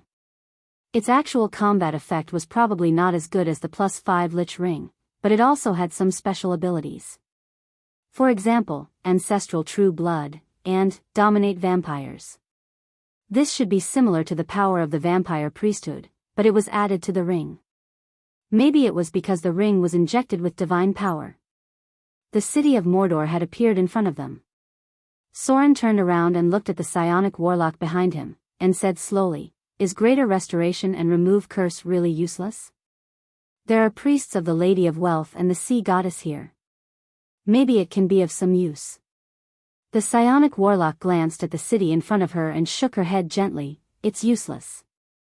Mortals can't interfere with the realm of the gods. Unless you can get one of the two goddesses to remove the curse for me, the power of mortals is useless. The Quetzalcoatlus roared. A shadow flew across the sky, and the Quetzalcoatlus, which had grown 2 or 3 times larger, appeared. It constantly hovered above Soren's head and roared excitedly. Because the Master of Mordor is back. P.S. Begging for next month's votes. Chapter 459. The Quetzalcoatlus hovered above Soren's head, but it did not fall. The movement here had alarmed other people in the city of Mordor. Some people seemed to have realized the return of Soren. It seems that Vivian has trained it well. A smile appeared on Soren's mouth, and then there was a little worry on his face, and he murmured, Vivian didn't come. It seems that she should be the same as the previous few times, right? He didn't know why. In the divine power obtained from killing the demigod vampire, Soren did not perceive the will of the Dread Lord, nor the will of the demigod vampire. The former may be that the demigod vampire erased the influence of the Dread Lord after he became a god, and the latter may be that the demigod vampire was not completely dead, or he had not completely disappeared. The existence of gods was different from mortals. Becoming a god meant gambling one's soul. After the death of mortals, the soul would go to other worlds to be reincarnated, but after the death of gods, the soul would completely dissipate. Under normal circumstances, Soren should have directly absorbed the soul power of the demigod vampire, but a part of it was taken away by the Helpheimer at the last moment. Helpheimer's Requiem. This strange legendary poet and the devil and the Bator Inferno were unclear. He probably knew more about the soul than Soren. However, now was not the time to think about so many things. Soren planned to go and see how Vivian was doing. The city of Mordor was already in front of him. Soren looked at the further expansion of the planned city in front of him, turned to the psionic warlock behind him and said, "What do you think of this place?" The psionic warlock chuckled and said slowly, "My master. You remind me of a person. A legendary figure from a long time ago. He was also a legendary pirate. But his legend has been buried by history." Soren showed a look of interest on his face and said, "Die. Who is it? Tell me. Maybe I've heard of it." Die. Die. The psionic warlock rarely mentioned her name. She looked at the port of Mordor in the distance and slowly said, "Bodine. He's a legendary pirate who appeared in history. He's very similar to Master, but he's still a pirate, while Master has gradually stepped into the eternal kingdom of the gods. He built Baldur's Gate, a place that has long since disappeared in the annals of history. There should be no more legends about him in this world. Even though his name may have been more widely known than the gods, he was eventually buried by history. This place reminds me of Baldur's Gate. Modo. Although the city of Mordor has many similarities with it, one difference is that this place will stand for a long time because of its owner. Bodian? Soren had never heard of this name before. Time was merciless. Other than the gods, even the legendary figures would gradually be erased from history. As the psionic warlock said, there were no legends about Bodian in this world. However, Soren had heard of the name of Baldur's Gate. It seemed to be a very ancient city. Its name had some connection with the god of massacre, but it was too long ago to know. Soren looked at her and asked, "Where did you know this?" The psionic warlock looked up at the sky and slowly said, "The astral plane. The travelers of the astral plane have been observing the changes of this world. Maybe thousands of years have changed the world, but for the residents of the astral plane, it's just a small team in the long river of history. The travelers of the astral plane will record the history of many planes, and the time span may be thousands of years." Travelers of the astral plane. Soren smiled and did not continue to ask, because Gloria's figure had appeared at the city gate. "You're finally back." Gloria was wearing a black wizard's robe. She wore a pair of black lace gloves on her fair fingers, and a large, dreamy diamond ring inlaid on her finger. Her long silver hair shone brightly under the sun, and even the loose wizard's robe could not hide her exquisite and perfect curves. A hint of joy appeared on her face when she saw Soren, but when she saw the veil behind Soren's back, and her intuition told her that she was a beautiful psionic warlock, Gloria's expression suddenly changed slightly. Then, as if nothing had happened, she gracefully walked up to Soren and naturally reached out to hold Soren's arm. It was unknown whether she did it on purpose or not, but she gently pinched his arm and said elegantly, "Is this our guest?" "Us. Our guest." The strange jealousy and special tone made Soren smile, and the psionic warlock in front of him could not help but let out a frivolous laugh. Then she gently came in front of Gloria and looked at her beautiful face. Her figure slowly knelt down on one knee, but her knee didn't touch the ground. It was just a kneeling posture. The psionic warlock took Gloria's right hand. Gloria was at a loss. The psionic warlock kissed her fingertips and said in a slightly magnetic voice, "My beautiful mistress. My master's follower, Butterfly, a psionic warlock from the astral plane. It's nice to meet you. Perhaps I can serve you." It was unknown whether it was intentional or not, but when the psionic warlock got up, her full breasts were exposed in front of Gloria, which made her feel a little overwhelmed. "My lord." The psionic warlock's voice sounded in Soren's mind. She said with a frivolous tone, "My mistress is really beautiful. And really cute." Soren's mouth twitched. He took Gloria, who was holding his arm, and left, and replied directly with telepathy, "Don't mess around." A frivolous laugh sounded in his mind. The psionic warlock replied with a smile, "This way, the mistress won't have any jealousy, right? My master? It seems that our secret is not suitable to be told too many people now." A group of people entered the city of Mordor. A few months later, the city of Mordor had changed a lot from what Soren remembered. The roads were much wider than before, and the drainage ditches on both sides had been completed. A sculpture was erected in the central square. It was Soren's heroic figure. Most of the neat brick houses had been completed. The construction of the garrison's camp and school grounds had been completed. The city gate had been rebuilt and expanded once. The reclaimed land outside was now a green wheat field. Perhaps it was not as prosperous as the port of Mordor, but the port of Mordor's prosperity had a sense of hustle and bustle, while this city had a sense of heaviness. This was what Soren needed. The prosperity of the port was just fireworks in the air. This was his real foundation. Council Hall. Soren asked someone to arrange a room for the psionic warlock, and then walked toward Vivian's room. There were no accidents. The little girl once again entered the same state as before. She fell into a deep sleep. Lulu. Following Soren was the fallen witch. When she saw Soren, her eyes lit up. She seemed to have found something that even Gloria did not.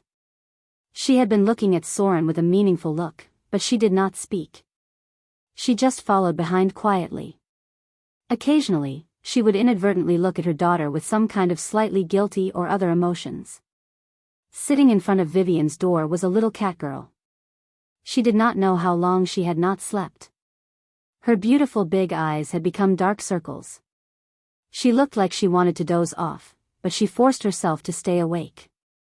When she heard Soren's voice, she instantly jumped up and said in a daze, "Meow? Lulu is here. Lulu has been guarding Master. Lulu is not lazy." Soren leaned over and touched her little head, and said with a little heartache, "Lulu, be good. Go and rest first. We are here."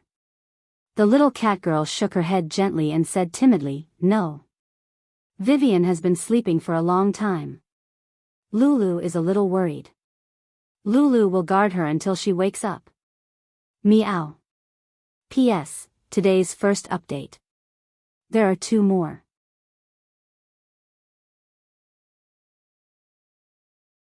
Chapter 460. The room was very quiet. Vivian was lying peacefully on the soft velvet bed. Her small hands were folded in front of her chest, like a sleeping princess in a fairy tale. When he saw Vivian's peaceful sleeping posture, Soren's eyes suddenly softened. In the end, even his whole aura became gentle.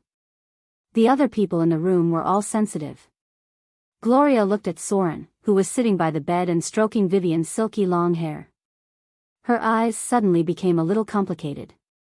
She couldn't tell what kind of emotion she had. Even if they were so close, in Soren's heart, the most important thing was probably Vivian in front of him. The fallen witch reached out and held her daughter's palm, but didn't speak. Gloria turned and looked at her mother. Her expression gradually calmed down. She shook her head faintly, as if to tell her that she didn't care.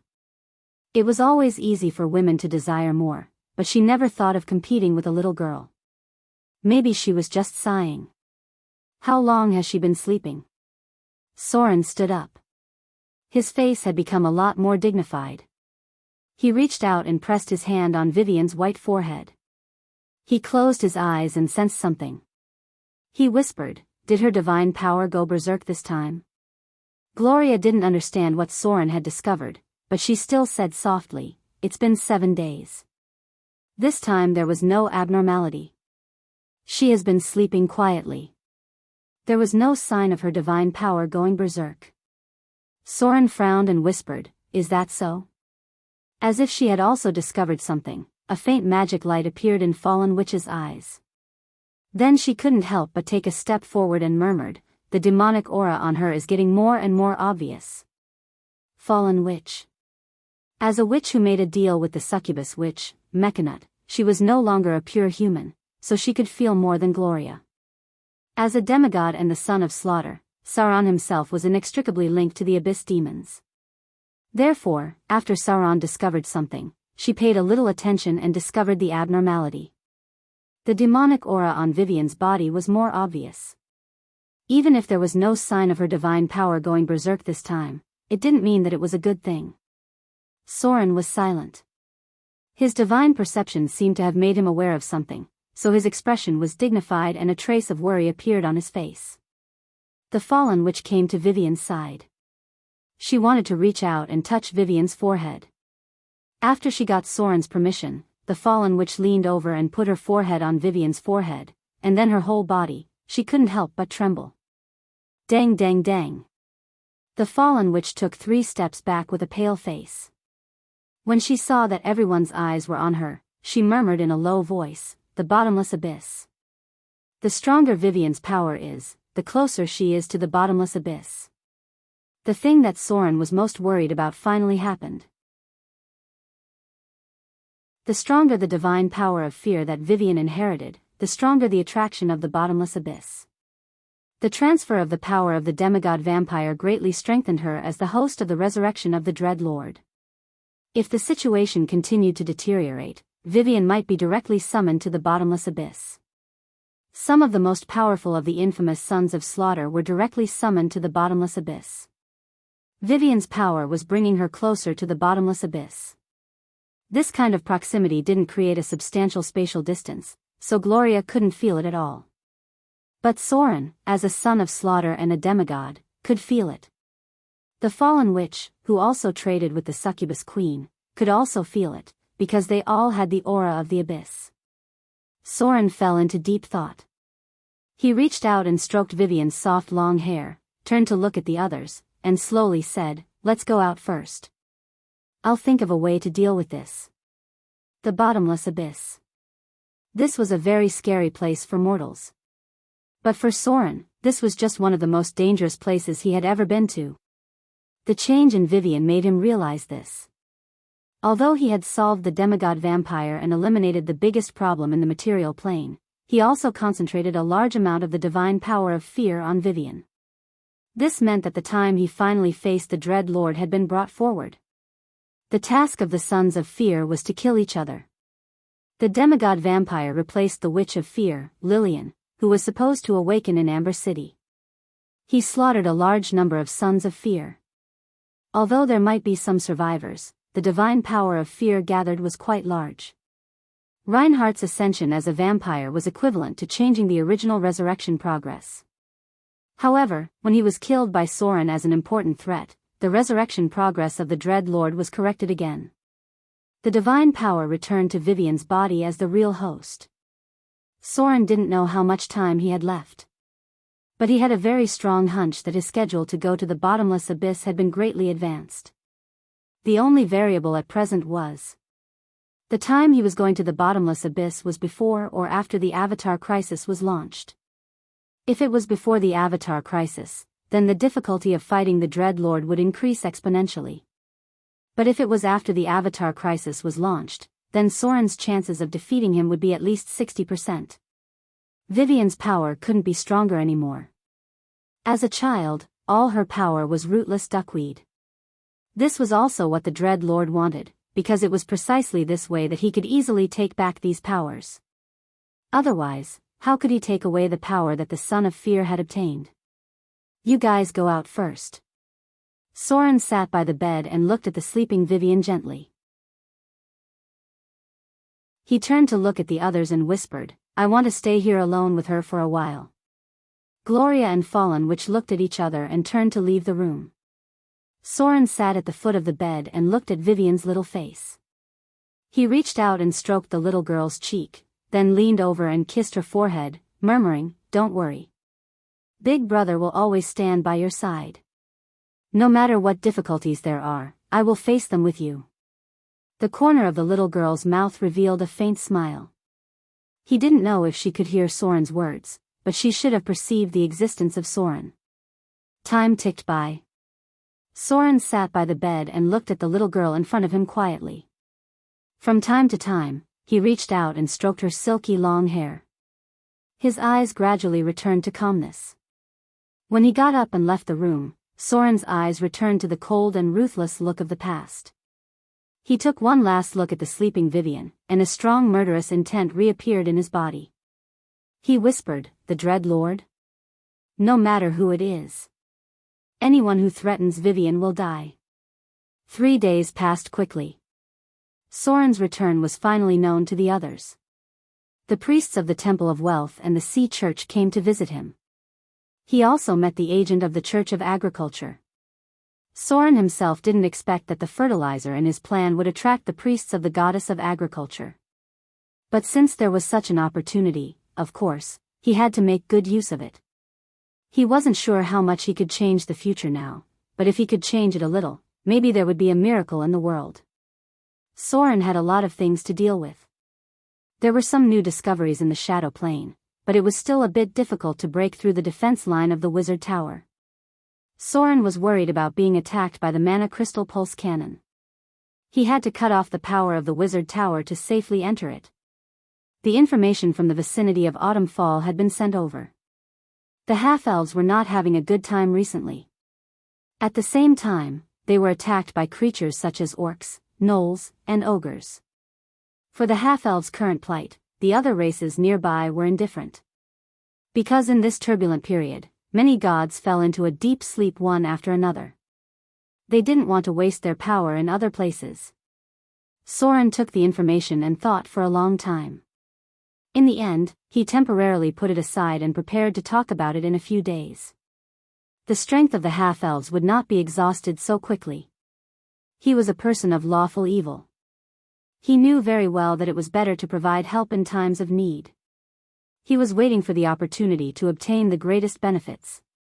Perhaps this was the advantage of being evil.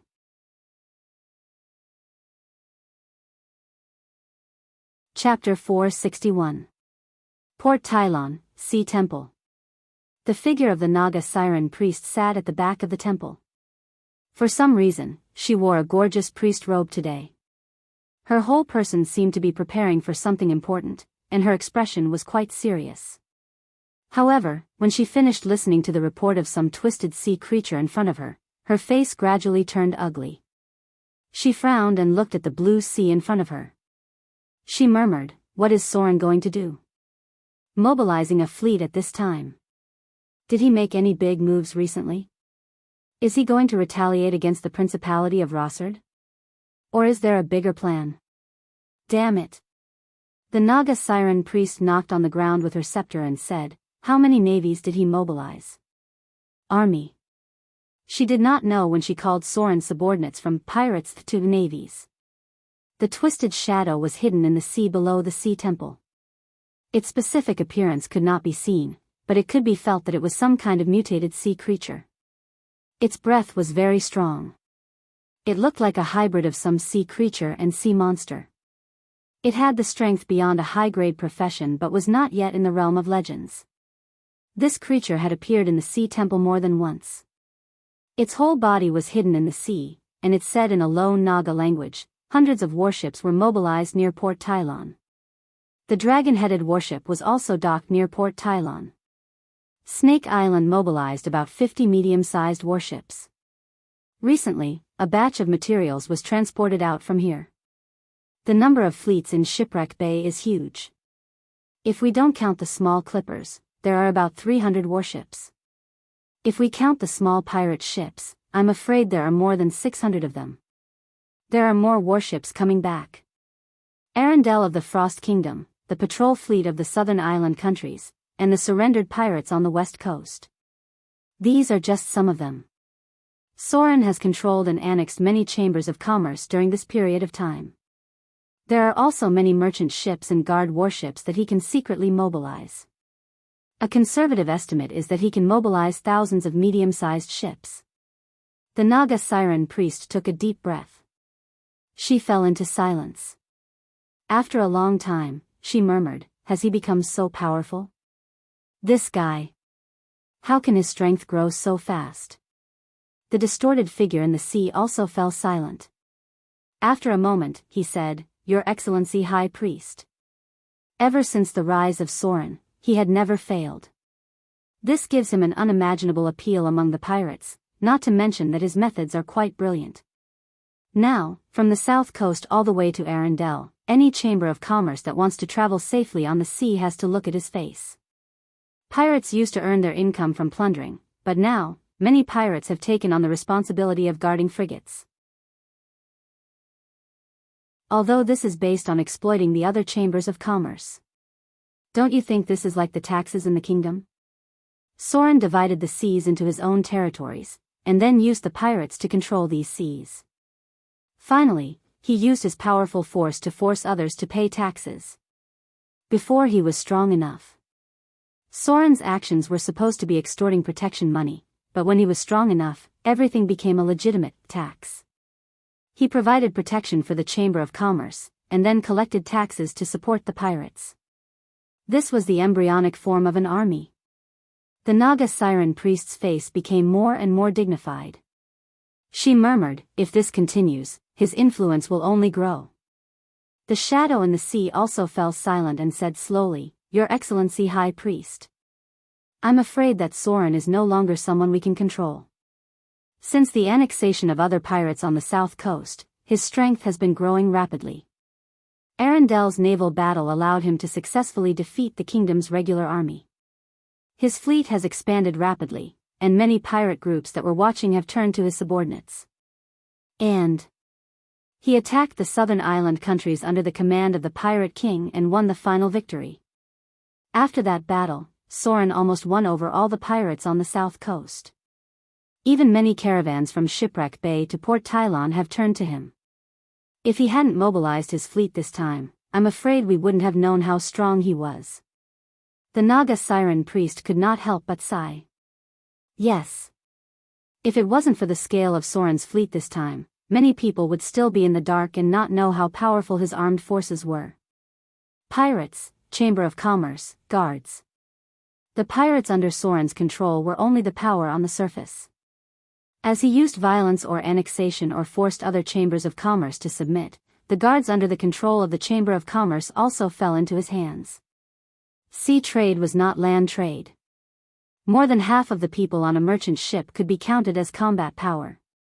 The sailors had received combat training, and the guards of the Chamber of Commerce had many elites. Although Soren had divided a part of the benefits, the slave trade, ocean trade, and the eastern route were almost all in his own hands. Snake Island, Port Tylon, Shipwreck Bay, Raging Sand Island, West Coast, Arendelle, the southern island countries. Modo. Since defeating and annexing the pirate king Ashrod, Soren's armed forces had been expanding rapidly. Otherwise, it would have been impossible to support Arendel's expedition and the war against the southern island countries. "Bring me the map." The Naga siren priest suddenly stood up and said to the temple guard outside, "Bring me the sea map." Heavy footsteps sounded. The guard of the sea temple quickly brought a map. The Naga siren priest quickly spread it out in front of her, then frowned and observed carefully. She stretched out her finger and pointed at the city of Modo in the outer islands, then drew a line directly connecting to Port Tylon. Then there were 3 lines connecting Snake Island, Raging Sand Island, and Shipwreck Bay. Then, the Naga siren priest's face turned pale. Her finger connected from Raging Sand Island to the eastern route, and then from Shipwreck Bay to the west coast, Arendelle, the southern island countries. The First Fleet. The Third Fleet. The Fifth Fleet. The Dragon warship is in Port Tylon. The pirate leaders under Soren, Giant, Scarface, and Knight are in Shipwreck Bay. Here. There are still his hidden forces in the City of Wealth. Raging Sand Island. The pirate king Ashrod's fleet. This is the sea of the Principality of Rossard. The pirates' 6th fleet is here. Soren, this guy. He has arranged such a strong naval force here. Now even the fleets near Arendelle and the southern island countries have been mobilized back. Damn it. What the hell does this bastard want? The Naga siren priest hammered the wall heavily and turned to stare at the map in front of her. She felt Soren's plan. It was definitely a big move, but she could not figure out what Soren wanted. Such an armed force. Even if it was a landing battle, it would be enough to attack a land kingdom, right? Thousands of brave and ferocious pirate army, a huge fleet that could directly block all the coastlines of any kingdom. His relationship with the Northern Witch Council was ambiguous, and now he had Arendelle in the Frost Kingdom. When the Naga siren priest spread out the map and once again examined the power possessed by Soren, her heart could not help but have a trace of fear, a trace of trembling, and a trace of indescribable shock. As Soren's opponent and ally, The Naga siren priest knew very well how weak Soren was at the beginning. He was completely under her control, but now that man had become a terrible existence that she needed to look up to. She witnessed all this with her own eyes, but as a competitor. Tick. The wet seawater slid down, and a sticky tentacle stretched out from the seawater. Then, it gently pointed at 2 places on the map, and said in a deep voice, "Your Excellency High Priest. Sauron's pet is here, and the ghost worship, Deadman's voice, is hidden here." Kacha. The Naga siren priest was shocked. P.S. Today's second update. The volume of The War of the Gods is finished here. Tomorrow, I will start writing the next volume of The War of the Gods. If you have a monthly vote, please vote for it. Rewards can also encourage Futu's creative enthusiasm. Well, reach out for the monthly vote.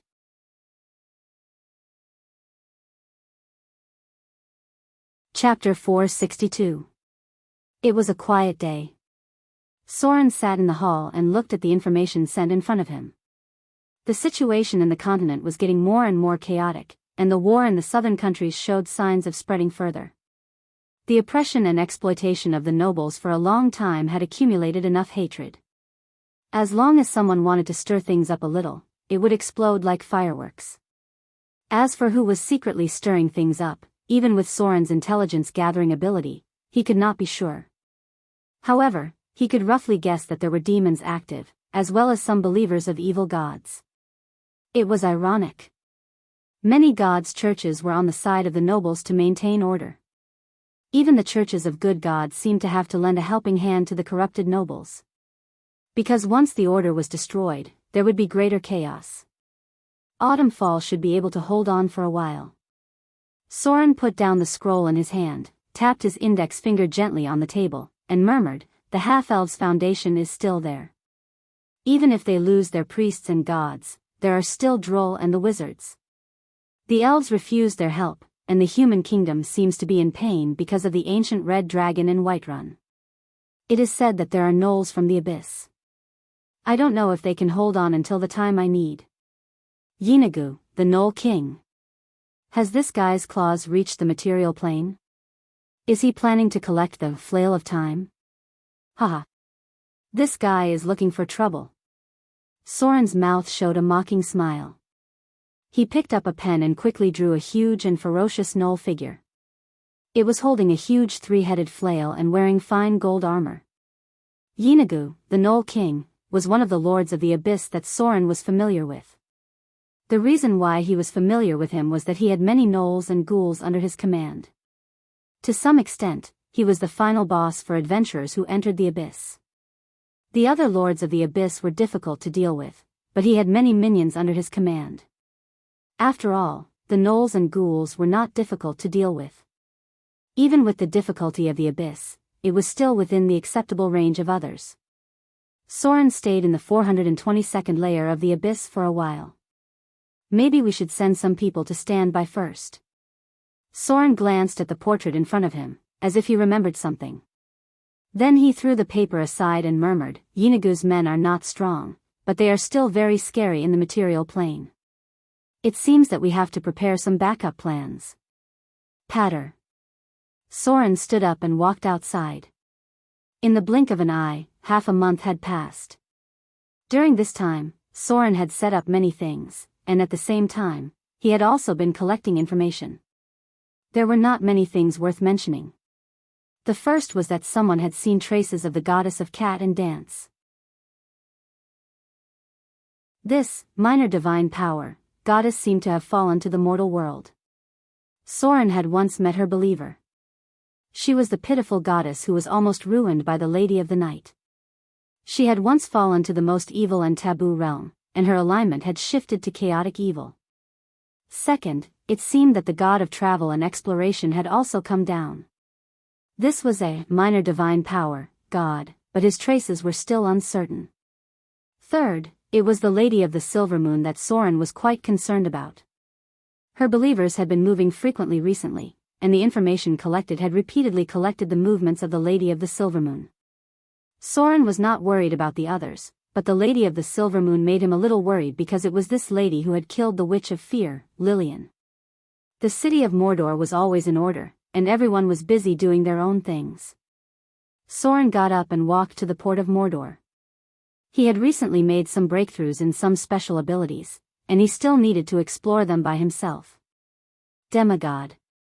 Some people thought that demigod was the advancement of legendary, but in fact, demigod was another kind of life form, a fusion of mortals and laws. Legendary was already the limit of mortals. If the gods were deprived of all their realms, then they would only be powerful legends. A profession level 20 was legendary, and a profession level 40 was also legendary, but the difference in strength was relatively large, and there was no difference in the nature of life form. But demigod was different. Demigod was another kind of life form, and also the starting point of another path. From the beginning of becoming a demigod, Soren was like a mortal who had just advanced into a profession, embarking on another long and more difficult path. Soren awakened a new ability. In other words, he had already accumulated this ability, and it was only when he became a demigod that it automatically awakened. Domain, Pirate. When Soren first got the information about this domain, he was actually a little surprised.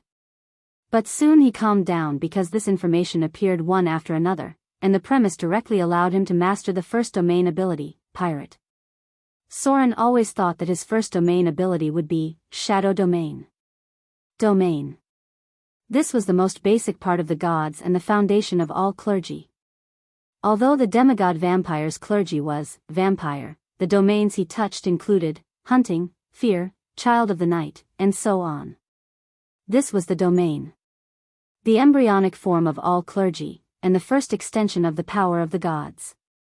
Legendary was the starting point of the gods, so legendary rogues were likely to master Shadow Domain. This was actually the foundation of becoming a god, but this foundation was basically sealed because there was a Shadow Lord above it. As long as this god did not fall, there was basically no way to improve Shadow Domain. It could only be transformed into a legendary skill that could shuttle between the shadow plane and the material plane, strengthen one's own shadow ability, and add more life-saving skills. Pirate Domain. A domain that Soren himself was a little strange, and he was not even sure how useful it was. This did not seem to be a fighting domain, nor a domain of a profession, because pirates were just an industry, and there were all kinds of professions in it. Gods had many domains to extend their reach. A powerful and ancient god would even have as many as dozens of domain extensions, making it convenient for him to directly seize the clergy of other gods at the right time. The most typical example was the Queen of Spiders, Lolth. Without the power of a domain, it was difficult to fit a new clergy. Just like Soren could not integrate the power of the vampire clergy at all, because he was not a vampire.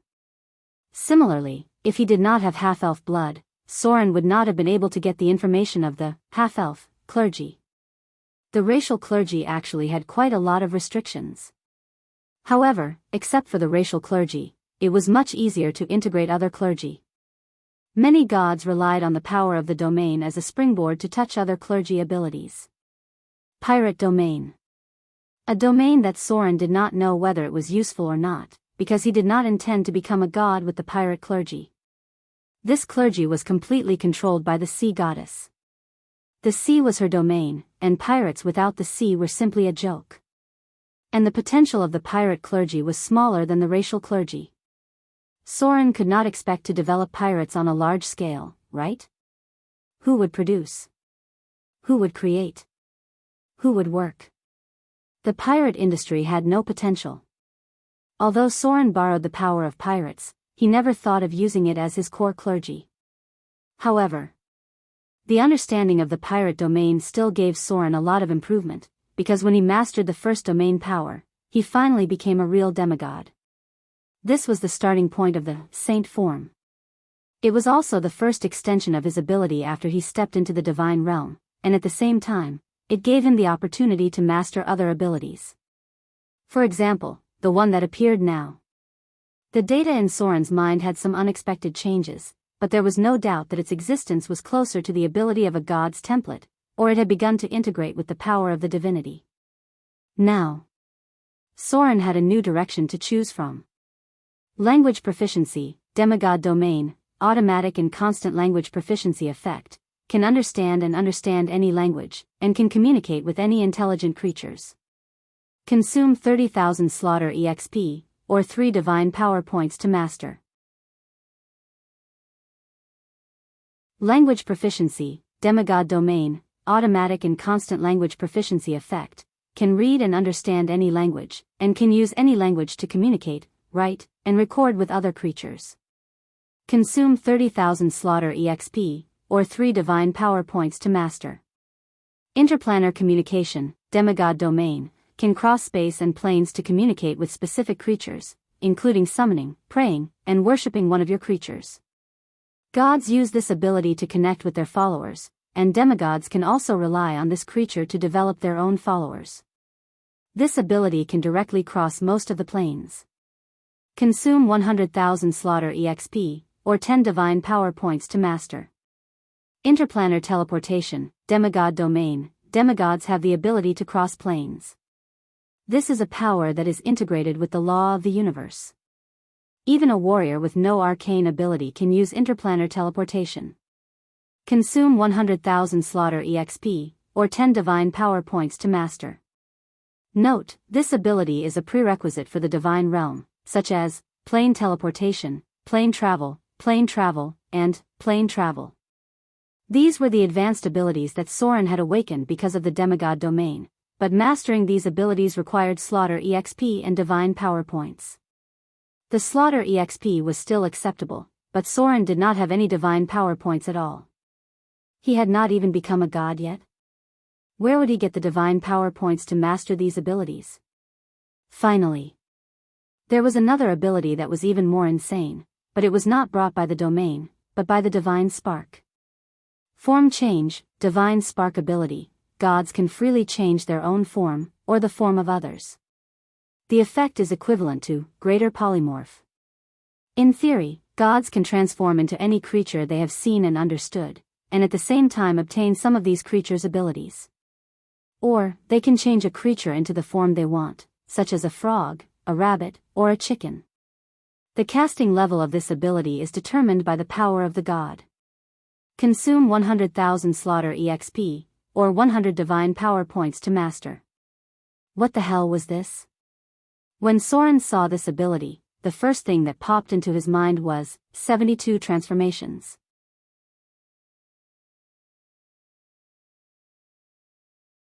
Chapter 463. Pirate Domain. Soren stood on the lighthouse and looked at the prosperous port in front of him. He could not help but fall into deep thought. Navigation required guidance. The lighthouse was an important facility in a port. This 210-meter-high lighthouse was completed with the help of the Witch Council. Ordinary construction techniques were very troublesome. Only the witches could easily build such a tall building. Because of the existence of this lighthouse, the nearby routes became much safer. Even from a distance, one could see the guiding light in the darkness. The whistling sea breeze came out. Soren stood here and could easily overlook the entire port. He looked at the Sea Temple and the Temple of Wealth, which were built on the left and right sides respectively, and murmured, "Pirate Domain." Piracy as an industry belongs to the plunder domain. But the real plunder domain should be full of aggression and full of other kinds. For example, the king of gnolls, Yinagu, is the god of the plunder domain. The gnolls' nature is not to produce, so they rely on plundering others to survive. Pirates are also a group of people who don't produce. Without the rules I set, they can only rely on plundering other caravans to survive. The limitations are still too big. Pirates are essentially no different from mountain bandits, and so on. It's just that because they are active in the sea, the number of pirates is much higher than other plundering industries. The potential is too small. It's almost impossible to rely on the pirate domain to touch the plunder domain. It seems that it can only exist as an extension of the domain ability. Soren's hair fluttered in the wind. After sorting out his thoughts, he also had a clearer plan for the future. Pirate domain, you have an unprecedented reputation among pirates. This domain ability can give you an extra bonus in anything related to pirates. You will easily gain the admiration, worship, and following of other pirates. When you defeat a group of pirates, you can more easily make them surrender. In battle, you can activate the pirate domain. Any pirate within the domain will gain a bonus in courage. The effect is equivalent to the level 6 spell, Greater Bravery. This ability is a domain ability and has domain precedence. Note, Divinity of Fear and Legend level strengthen part of the effect of the pirate domain. This was the ability of the pirate domain. Every domain had a special ability. The shadow domain allowed one to travel through the shadow plane at will. Greater Bravery, level 6 spell, this is an enhanced version of bravery. It can greatly boost the courage of others. After using Greater Bravery, the target will temporarily gain +4 morale and be immune to all fear effects. In addition, the target will temporarily gain extra HP equal to your casting level. The maximum HP you can gain is 20 points. Courage. It could make people stronger. Some people who were supposed to be dead had managed to accomplish some great feats because of the belief in their hearts. This was similar to the temporary HP bonus effect of Greater Bravery. There were many such examples in the real world. Many people who were seriously injured and should have died, but because of their faith and courage, they fought for time with the Grim Reaper. The power of faith was so powerful. Soren's pirate territory was strengthened by the Divinity of Fear and Legend level. The specific effect was uncertain, but the immunity to fear was most likely a bonus effect of the Divinity of Fear. The bonus of Legend level should be reflected in the morale bonus. Soren was a level 10 wizard. Within the pirate domain, all the pirates under his command would gain an additional 10 HP, which was close to the HP of a profession. Obviously, the ability of this domain was not to increase one's combat power. Soren came down from the lighthouse and looked at the few pirates who had just been dragged out of the tavern and taken away by the security patrol because of drunkenness. He could not help but murmur, "Why do I always feel that I might be on the path of piracy until the end?" The pirates were too big a part of his forces. Soren felt that he needed to develop some other forces, or train the pirates into a real army. His thoughts were clear, and his thoughts were clear. Soren did not hesitate to choose language proficiency, character proficiency, and interplanar communication to strengthen his demigod abilities. Teleportation could be done from the wizard level. Interplanar travel was a daily routine for high-grade wizards, and Soren's wizard level was about to reach that threshold. As for the form change ability, it was impossible to think about it in a short period of time. Soren did not have any divine power at the moment. He relied on slaughter EXP, which consumed a lot of energy, so he could only choose the most important one. Language proficiency and character proficiency played an important role in any plane. Soren could not always rely on telepathy, and telepathy consumed a lot of spirit. Then there was interplanar communication, which was the most important ability. Whether Soren could take the initiative to control the communication with the half-elves depended on this demigod ability. In theory, Soren was now in the transition period from the demigod to false god, and he already had the ability to develop communication between believers. Now, what Soren needed was to wait for a true believer to contact him, and then use the interplanar communication ability to tell him his true name. Soren. Perhaps he could not give divine spells, but as long as he could communicate, it would be a start. Autumn fall. The war made this beautiful city full of holes. The city was crowded with refugees from all over the world. The crazy attack of the half-orcs and gnolls affected many places. Many residents of towns and villages were forced to flee to Autumn Fall because only the city could provide them with shelter at this time. Those simple fences could not stop the gnolls at all. Even the towering walls of Autumn Fall were seriously damaged in the siege. Among the enemies, there were traces of the gnolls from the abyss. The primitive and violent giant catapults of the half-orcs were powerful. They were supported by the lords of the abyss. Some of the siege weapons were obviously more powerful than expected. This was not a trick that the half-orcs could play. The temple of the god of half-elves and rogues. Even though this god had completely fallen, and even the statue had lost its glory and collapsed, his priests did not all leave because of this. Because they had lost their faith, life still needed to go on. The attack of the half-orcs and gnolls increased the pressure on the city's defense. Although the priests could not use divine spells, the combat skills they had trained in the past were still there. They were not weak spellcasters. They were wearing full-body armor and wielding warhammers and casting spells. The priests also began to participate in the battle, fighting in the front line like a warrior. They were priests with faith. They would not fall so easily. The faith of the god was lost, but the faith of protecting the city and protecting the old and the weak was still there. Loud shouts came from the temple. A large number of refugees gathered in the temple, but most of them were the old and the weak. All the adult men had been recruited as militia. This temple, which used to be sacred and glorious, had now become a refugee shelter. There were children crying everywhere. Mothers comforted their children while crying. They had more or less lost their loved ones in the war. They were short of food. The half-orcs launched an attack before the crops were ripe. A young and beautiful mother had no milk to feed her child because of hunger. Listening to the sound of her child crying, she could not help but burst into tears. Even though she had squeezed her gradually dry milk, she still could not squeeze out even a drop of milk to satisfy the hungry and crying child in her arms. She had not eaten for several days. There was a trace of sympathy in the eyes of others, but they could not do anything because they could only share the clear rice porridge. The crying of the child made the young mother's heart ache. She trembled with her hands and took out a dagger from her waist. A cold light emerged. The young mother stared at the child in her arms and cut her finger with the dagger. Bright red blood flowed out. She placed her finger into the baby's mouth. Hunger made the young child desperately suck on her finger. The mother gently used her other hand to wipe away the blood at the corner of the baby's mouth. A smile finally appeared on her pale and beautiful face.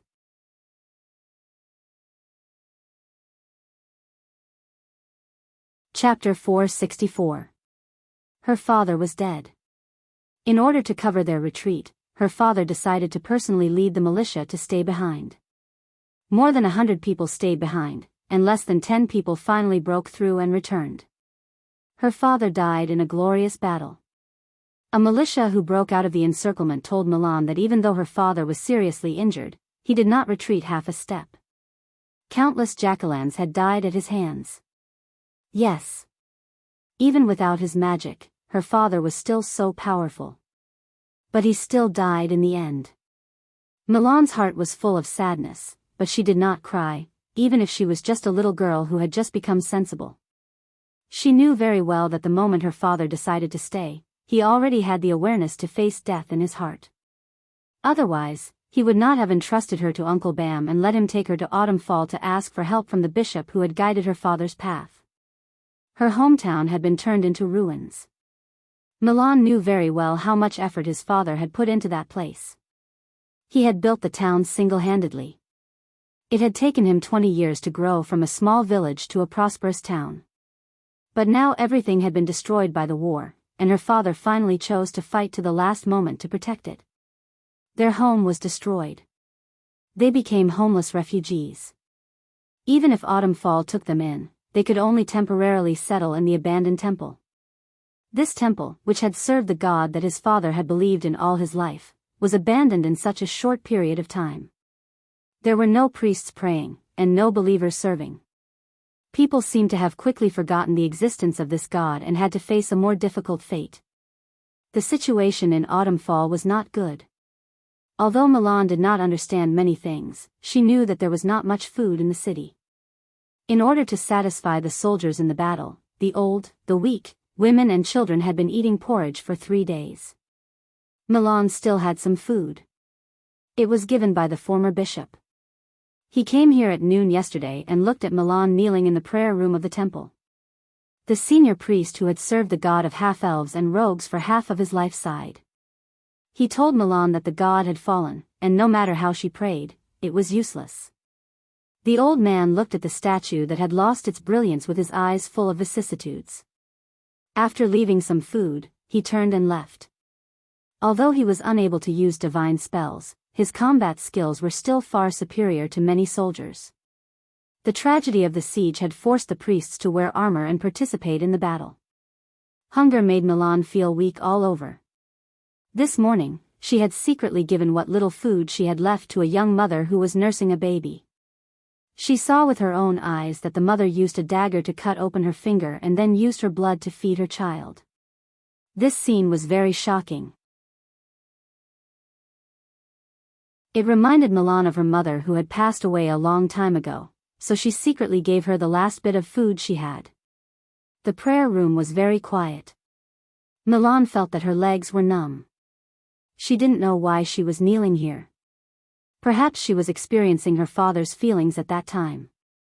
The town was besieged by jack-o'-lanterns. His father had also knelt in the prayer room for an entire day and night, praying for a response from the gods, hoping that he could regain the divine power to save his home. The bishop told her that God had fallen. Milan knew this because all the statues had lost their brilliance. She was a very talented little girl who had inherited her father's innate perception. If none of this had happened, perhaps it wouldn't have been long before she would have become a trainee priest, and then slowly inherit her father's position and become a bishop in charge of a temple. But that would probably take many years. Because she was a little playful, her father always spoiled her and rarely forced her to pray with him. Milan was very sad. As a young girl, she was now surrounded by loneliness and fear.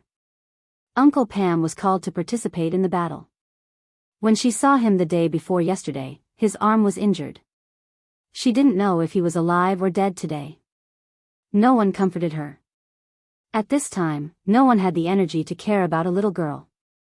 Everyone in the temple had fear in their eyes. They didn't know what would happen tomorrow, and they didn't know what would happen in the future. Milan felt very powerless. She was just a very ordinary little girl. In the face of such a war, she couldn't do anything at all. So she could only pray to God for help. The bishop told her that the god of half-elves and rogues had completely fallen. As a god, he had died and could no longer hear the prayers of his believers. But the little girl didn't give up. She was not a priest of the god of half-elves and rogues. She was just a little girl with the talent of a priest but hadn't officially decided to believe. Therefore, she decided to pray to all the gods. No matter who it was, as long as they could save them, she was willing to give her faith, life, and soul to this god. She would fight to protect his glory for the rest of her life and never change her mind until death. Her faith was so strong. So much so that even after 3 days of not receiving any response, she still continued to persevere. She prayed for the help of the gods, prayed for the great gods to help these poor people.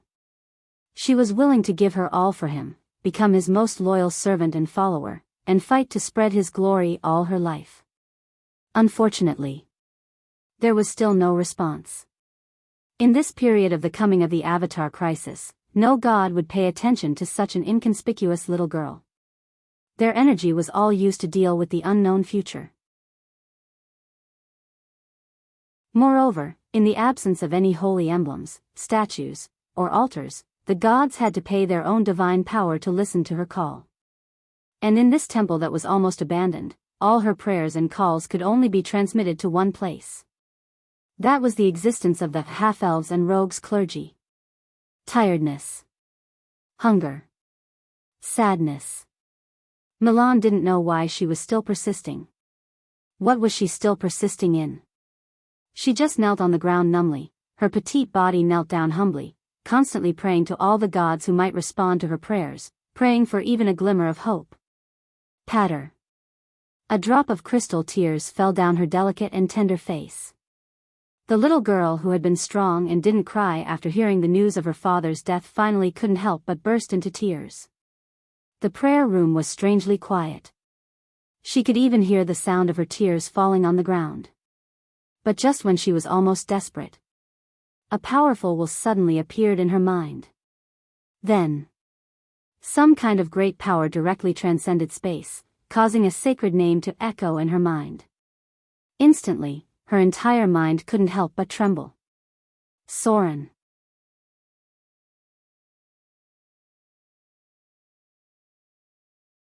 Chapter 465. Finally, there was a God who answered her prayers.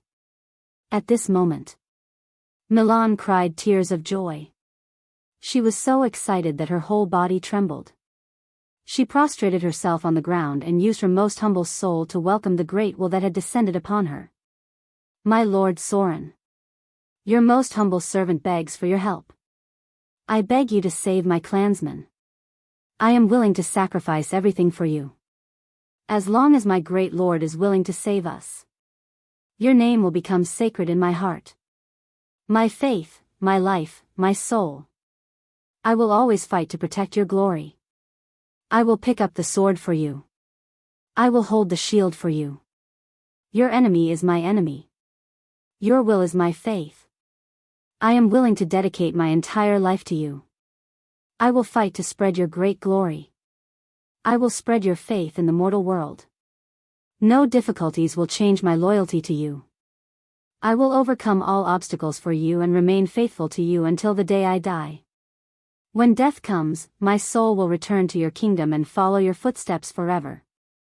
Her trembling voice echoed in the prayer room. Milan's expression gradually changed from excitement to calmness, and finally into a kind of unparalleled determination. She was swearing with her soul. Her pure soul was accompanied by a terrifying explosion of energy that directly interfered with the surrounding space, causing the surrounding air to seemingly stop. Bits and pieces of holy light appeared. Milan's petite body was enveloped by a huge force. At this moment, she had directly completed the process of advancement and became a true priestess. However, this was only the beginning. An even more powerful force was imprinted on her body. That was the power of divinity. The great existence that had answered her prayers had directly transcended time and space and granted her the power of a god.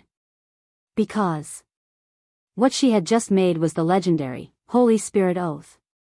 This little girl not only gave her faith to the God that had answered her prayers, but also used her pure soul to touch the rules of the God. She directly completed the Holy Spirit oath, with her mortal body to follow the God forever. From now on, no matter what kind of predicament she encountered, even if she died for some reason, the death god who controlled the river Styx had no right to take away her soul. Because she belonged to Soren. Her soul had been branded by Sauron with divinity. This was the supreme law of the gods. Because not a single god would give up on their own Holy Spirit. Even the evilest demon god would understand that the Holy Spirit was their most precious asset. Only the most devout Holy Spirits would do that. Only the gods could directly cross space and time to bestow the power of divinity to them, because they would become the most steadfast followers of the gods, the absolute foundation of any divine kingdom. The radiance of divinity gradually dissipated. Milan's figure slowly stood up. There seemed to be some kind of sacred radiance in her eyes as she watched everything in front of her. She was now the incarnation of a deity. As a Holy Spirit apostle who had dedicated everything, including her life and soul, to God, her eyes were God's eyes. She could be used as a tool for God's incarnation to descend at any time. Milan stared at everything in front of her. She slowly walked out of the temple. In front of her were many refugees who had gathered. They were all old, weak, women, and children. At this moment, they couldn't help but look at the little girl who walked out of the temple barefoot. There was a loud rumbling sound in the distance, and the sound of fighting could be heard. They couldn't help but show a look of horror. Milan silently watched everything. Her eyes were so bright that anyone who looked into her eyes couldn't help but lower their head. The snow-white dress danced in the wind. The little girl walked slowly towards the city wall barefoot. Her steps were so light that she was almost walking on the ground. Even the slightest bit of filth would not stain her white feet. Holy. At this moment, the little girl was like a holy angel who came to the battlefield in the midst of the war. The Outer Islands. Soren's figure directly floated in midair. Around him was a distorted space as if it was a connection of some kind, connecting his soul to the little girl. The sound of a sincere prayer echoed in his mind. This crisp and tender voice was like rolling thunder that exploded in Soren's mind. In an instant, countless electric currents and numbers jumped. In the end, the power of the divine spark was completely activated. Soren's brain was like a powerful biological computer that crossed time and space in an instant and locked onto the little girl who was thousands of miles away. Her will, her heart, her soul. Soren felt a little shocked. He was a person who was difficult to be touched. He was ruthless and decisive. Countless people had died in his hands. He stepped on blood and bones to get to where he was today. He was Soren. The master of Modo. The master of the three seas. The supreme king of the pirates. The god of the half-elves. At this moment, he was moved by the little girl's soul. The moment the Holy Spirit oath was completed, he didn't hesitate to choose to give her divinity. This was the first true believer since he got his divine position, the first Holy Spirit that followed him, and turned her into his chosen. Soren's slaughter exp quickly disappeared. Without any divine power, he didn't hesitate to use slaughter exp to give her power. At the same time, he gave true divinity to his Holy Spirit in the mortal world. She would become Soren's Holy Spirit apostle. God's chosen. God's incarnation. God's representative in the mortal world. However, this was only the beginning. Because Soren accepted her faith, he must fulfill his promise. Because they had reached an oath. Soren was a person who would never break an oath. So at this moment, he burned slaughter exp to replace his divine power. He used demigod's will to forcibly descend on the little girl's body. At this moment, Soren's will descended on his first Holy Spirit apostle and watched everything in front of him with her body. The flames of war were burning. There were shouts everywhere. Soren saw a large number of wounded and corpses.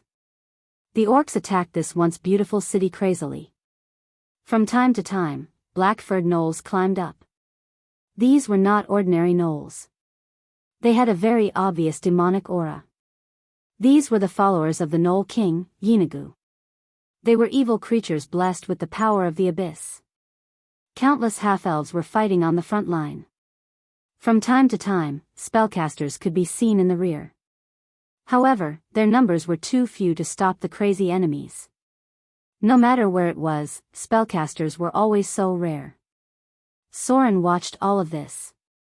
At this moment, he crossed space and descended on the battlefield in front of him with the body of a little girl.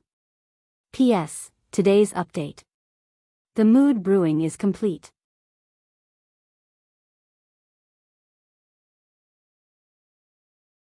Chapter 466. Boom. A dull loud noise echoed on the battlefield. With the bleak sound of the horn, the orcs swarmed up like a tide, and the entire city wall had become a bloody killing field. The primitive and wild advance attacked the ancient city wall again and again. The figures of the gnolls from the abyss shuttled through the army of orcs. They jumped nimbly at high speed, looking for the opportunity to cut in and kill. These agile enemies brought huge casualties to the half-elves because they could climb the city wall more than 10 meters high with their bare hands. Milan. A hoarse roar was heard, and then a middle-aged man covered in blood and flesh rushed over with a heavy hammer in one hand. He swung the war hammer and smashed down a half-orc who had climbed up the city wall. Then he rushed over and roared, "Are you crazy? What are you doing here? Go down quickly. Go take care of those women and children. This is not a place you should be." Bang! Another strong half-orc climbed up. The middle-aged man picked up an iron shield and slammed into it. In an instant, the half-orc was sent flying 4 or 5 meters away. Then, with a plop, the half-orc fell to the ground from the city wall. He was dead. Go. The middle-aged man looked at the little girl in front of him. The crazy battle for days made his eyes bloodshot. His high-strung spirit and will did not notice the abnormal situation of the little girl at this moment. He stretched out his hand to grab the little girl in front of him, and then directly walked down the city wall with her. The situation on the battlefield was getting more and more difficult. At this time, there was no spare energy to take care of a little girl. She would only cause trouble if she stayed here. Facing the middle-aged man who was walking in front of her, the little girl's beautiful face frowned slightly. She moved her feet, turned around lightly, and then passed by him. She didn't even touch her sleeves. Huh? The middle-aged man stood in place in astonishment. His hands were empty, and he didn't even touch the corner of the little girl's clothes. Her movements just now were so smooth, and it imperceptibly revealed amazing nimbleness and skill. Milan didn't look back. The middle-aged man behind her was just a priest who had lost his divine power. It was not worth her attention and wasting her precious time. Because this time was exchanged with psionic energy. Roar. A wild roar sounded, and an armored orc warrior rushed up the wall. A beautiful white figure appeared in its sight. It was a beautiful little girl. She was wearing a pure white dress, like a holy lotus blooming on the bloody battlefield. This pure white color was so eye-catching on the bloody battlefield. In an instant it stung the blood-red pupils of the half-orc warrior, so he roared without hesitation and swung his sword to slash at the half-orc warrior. Its insanity made it want to wither this pure lotus-like beauty and let scarlet blood flow in the snow-white world. Clang! Milan's figure fluttered like a butterfly. In an instant, she passed by a half-elf guard. The next moment, a long and narrow elven scimitar appeared in her palm. Her figure didn't stop at all. In an instant, she passed by the half-orc warrior in front of her. The cold light of the scimitar cut through the air, and then time froze at this moment. The half-orc warrior's figure stiffened in place. Plop. A clear sound of falling to the ground. A head fell to the ground, and the headless body of the half-orc warrior slowly fell down. Blood gushed out wildly, but not a single drop stuck to Milan's pure white dress. Her figure leaped on the city wall like a graceful butterfly. At this moment, the eyes of the entire battlefield were attracted by this white figure. Countless people who were in the midst of battle saw her. Courage. Her existence seemed to have awakened the courage of the soldiers, allowing them to erupt with strength even though they were extremely tired, and forcibly repelled the enemy's attack. Roar. Crazy roars came. The figures of the gnolls from the abyss flew up from the corner. These powerful monsters with blood-red pupils noticed the existence of the little girl. They rushed from all directions, like a black shadow sweeping past, and pounced on the little girl in front of them. They wanted to behead the only white light on the battlefield. Humph. Facing the gnolls from the abyss rushing from all directions, the little girl showed a mocking smile. Her snow-white toes gently hooked, and the second elven scimitar fell into her palm. Clang! The crisp sound of metal colliding. Milan's figure flew up in an instant, her whole body spinning at high speed. The two scimitars turned into a cold light all over the sky. Her snow-white dress made her look like a flying butterfly. In an instant, she rushed out from the shadows. Her figure swept through the air, and there were drops of blood sliding down from the blade. Behind her, there were sounds of falling bodies, and the bodies of the gnolls from the abyss fell directly from the air. Clang! The little girl landed gently. She frowned and looked at the elven scimitar in her hand, which was already a little curved, and threw it away. There were scattered weapons everywhere on the battlefield. She coldly glanced at the others and instantly found two scimitars again. Then, her figure turned into a white afterimage and swept through the air. Cold and merciless blade lights appeared. After that white figure, there were corpses of orcs and gnolls. All of them were killed with one strike. No enemy could last more than one strike from her, even the gnolls from the abyss could not last even a second. The battlefield was dead silent.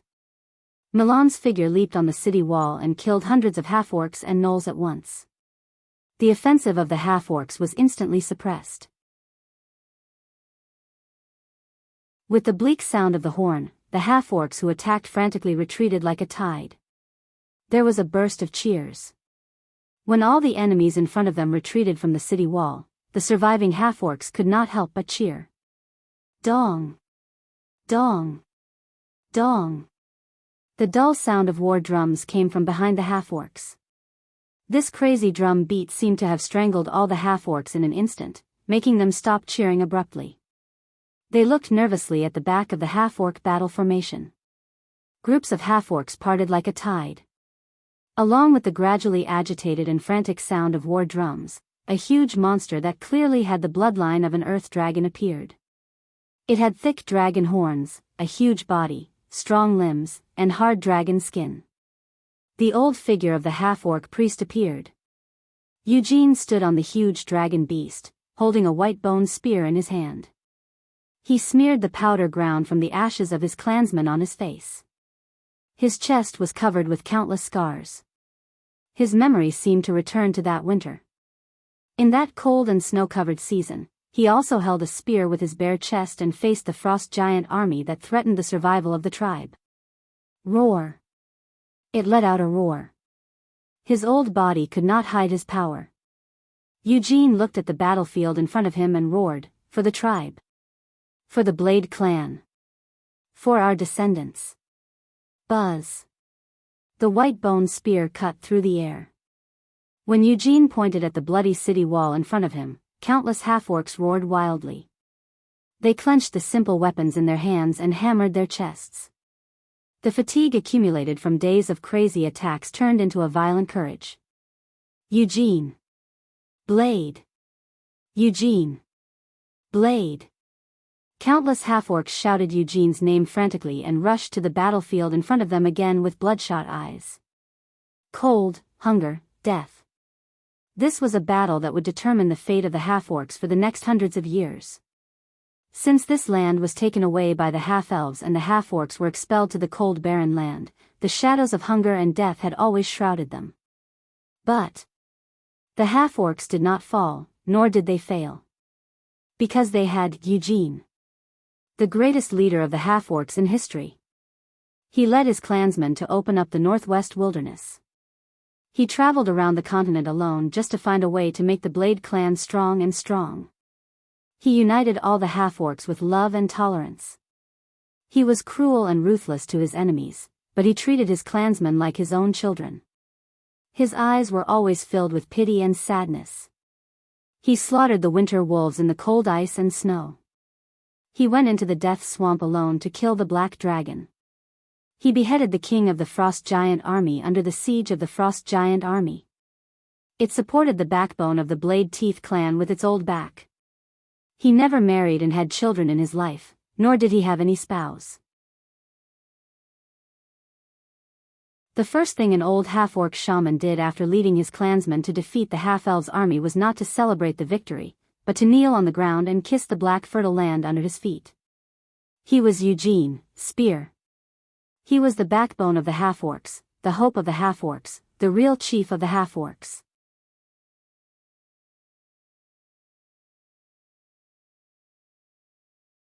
Chapter 467. The war was reignited.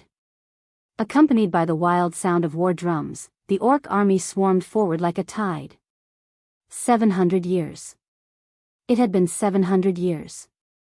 From the moment the city of Autumnfall was established, the orcs had completely lost this land. In their oldest songs, they also recorded how fertile the land they once had, this beautiful land with an agate river flowing through it.